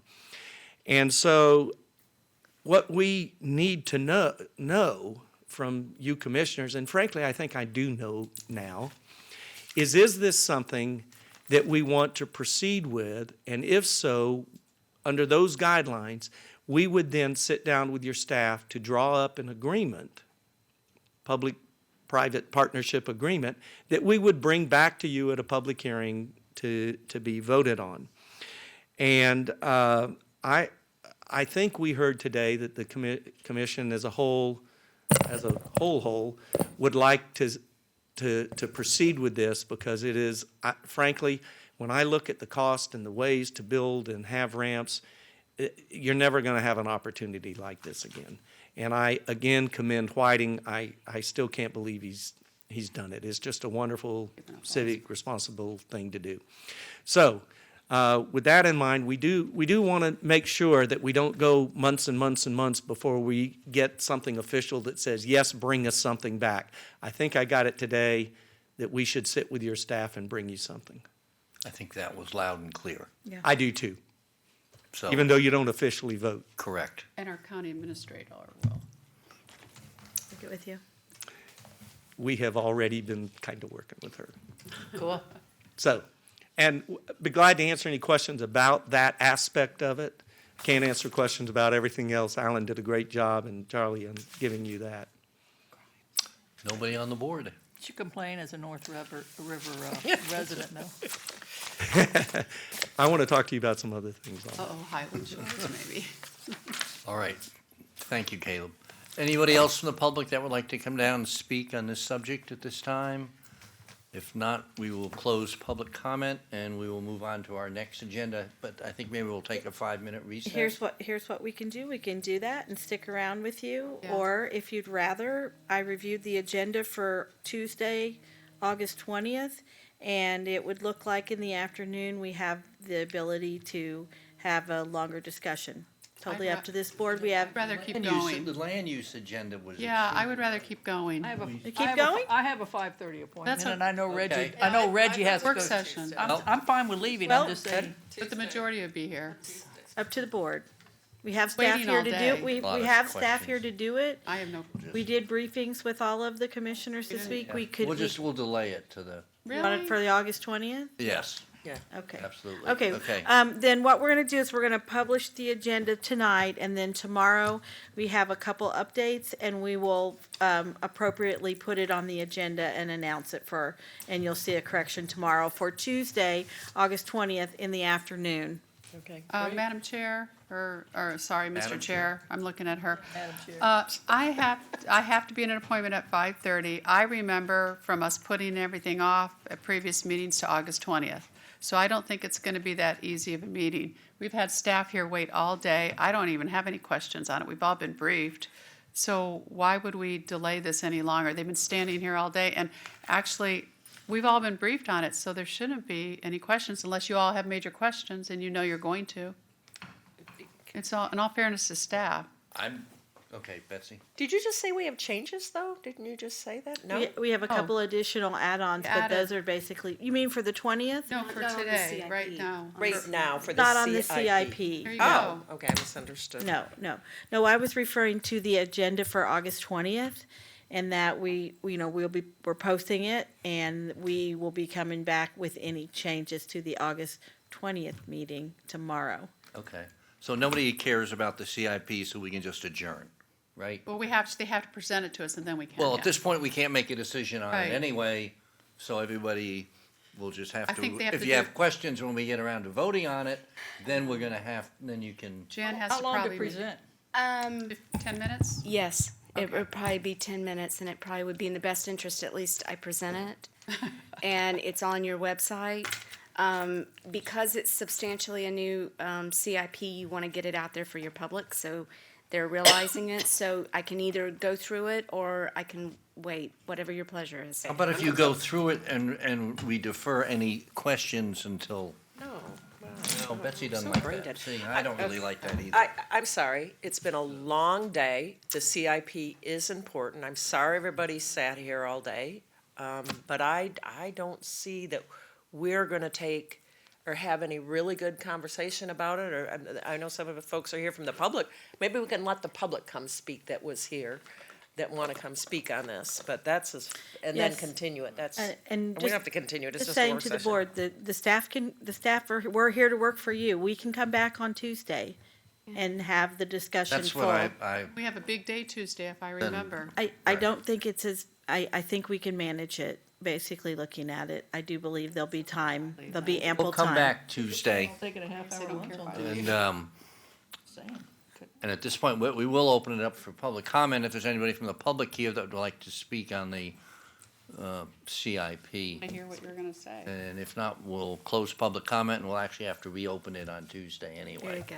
So with that, we're adjourned. Yay, thank you.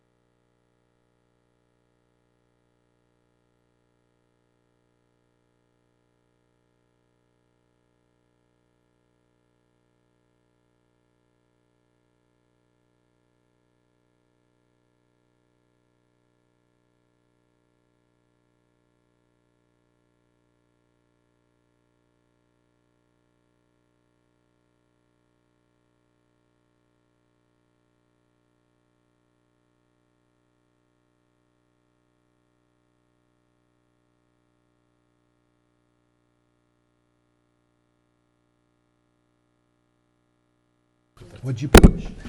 It's a safe mode. I've never seen it. Morning, everyone. Welcome to the Bradenton City Council and Community Redevelopment Agency meeting, August 14th. As always, we begin our deliberations with an invocation and the Pledge of Allegiance. Invocation will be brought to us this morning by Dr. Rich Hardison, Liquid Ranch Baptist. Please stand. Let's pray together. God in heaven, thank you for this opportunity to gather. Thank you for our city. Thank you for the growth and the prosperity and the safety that you've granted to us. We pray for our city council. Lord, I ask that you would help those gathered here, the leaders that you've put in charge over us, to make smart decisions that please you and represent the best interest of all in our area. I pray for our schools. I pray especially that you would spare us the kinds of tragedies that we've seen recently on the news. I pray for guidance counselors and principals and teachers, and we ask that they would be able to identify troubled teens, that there would be some intervention, and that you would spare us these type of tragedies. Lord, thank you for our law enforcement. We pray for their safety. We pray that they would serve us well. We thank you so much for their sacrifice, and I pray that the meeting today would be one example of how our city council can serve us, and that their service to us would be a joy and not a burden. And so we thank you for them. And I pray this in Jesus' name. Amen. Amen. Please join me in the pledge. I pledge allegiance to the flag of the United States of America and to the republic for which it stands, one nation, under God, indivisible, with liberty and justice for all. It's in a safe mode. Call the meeting to order. Mr. Callahan? Yes, sir, we have no proclamation.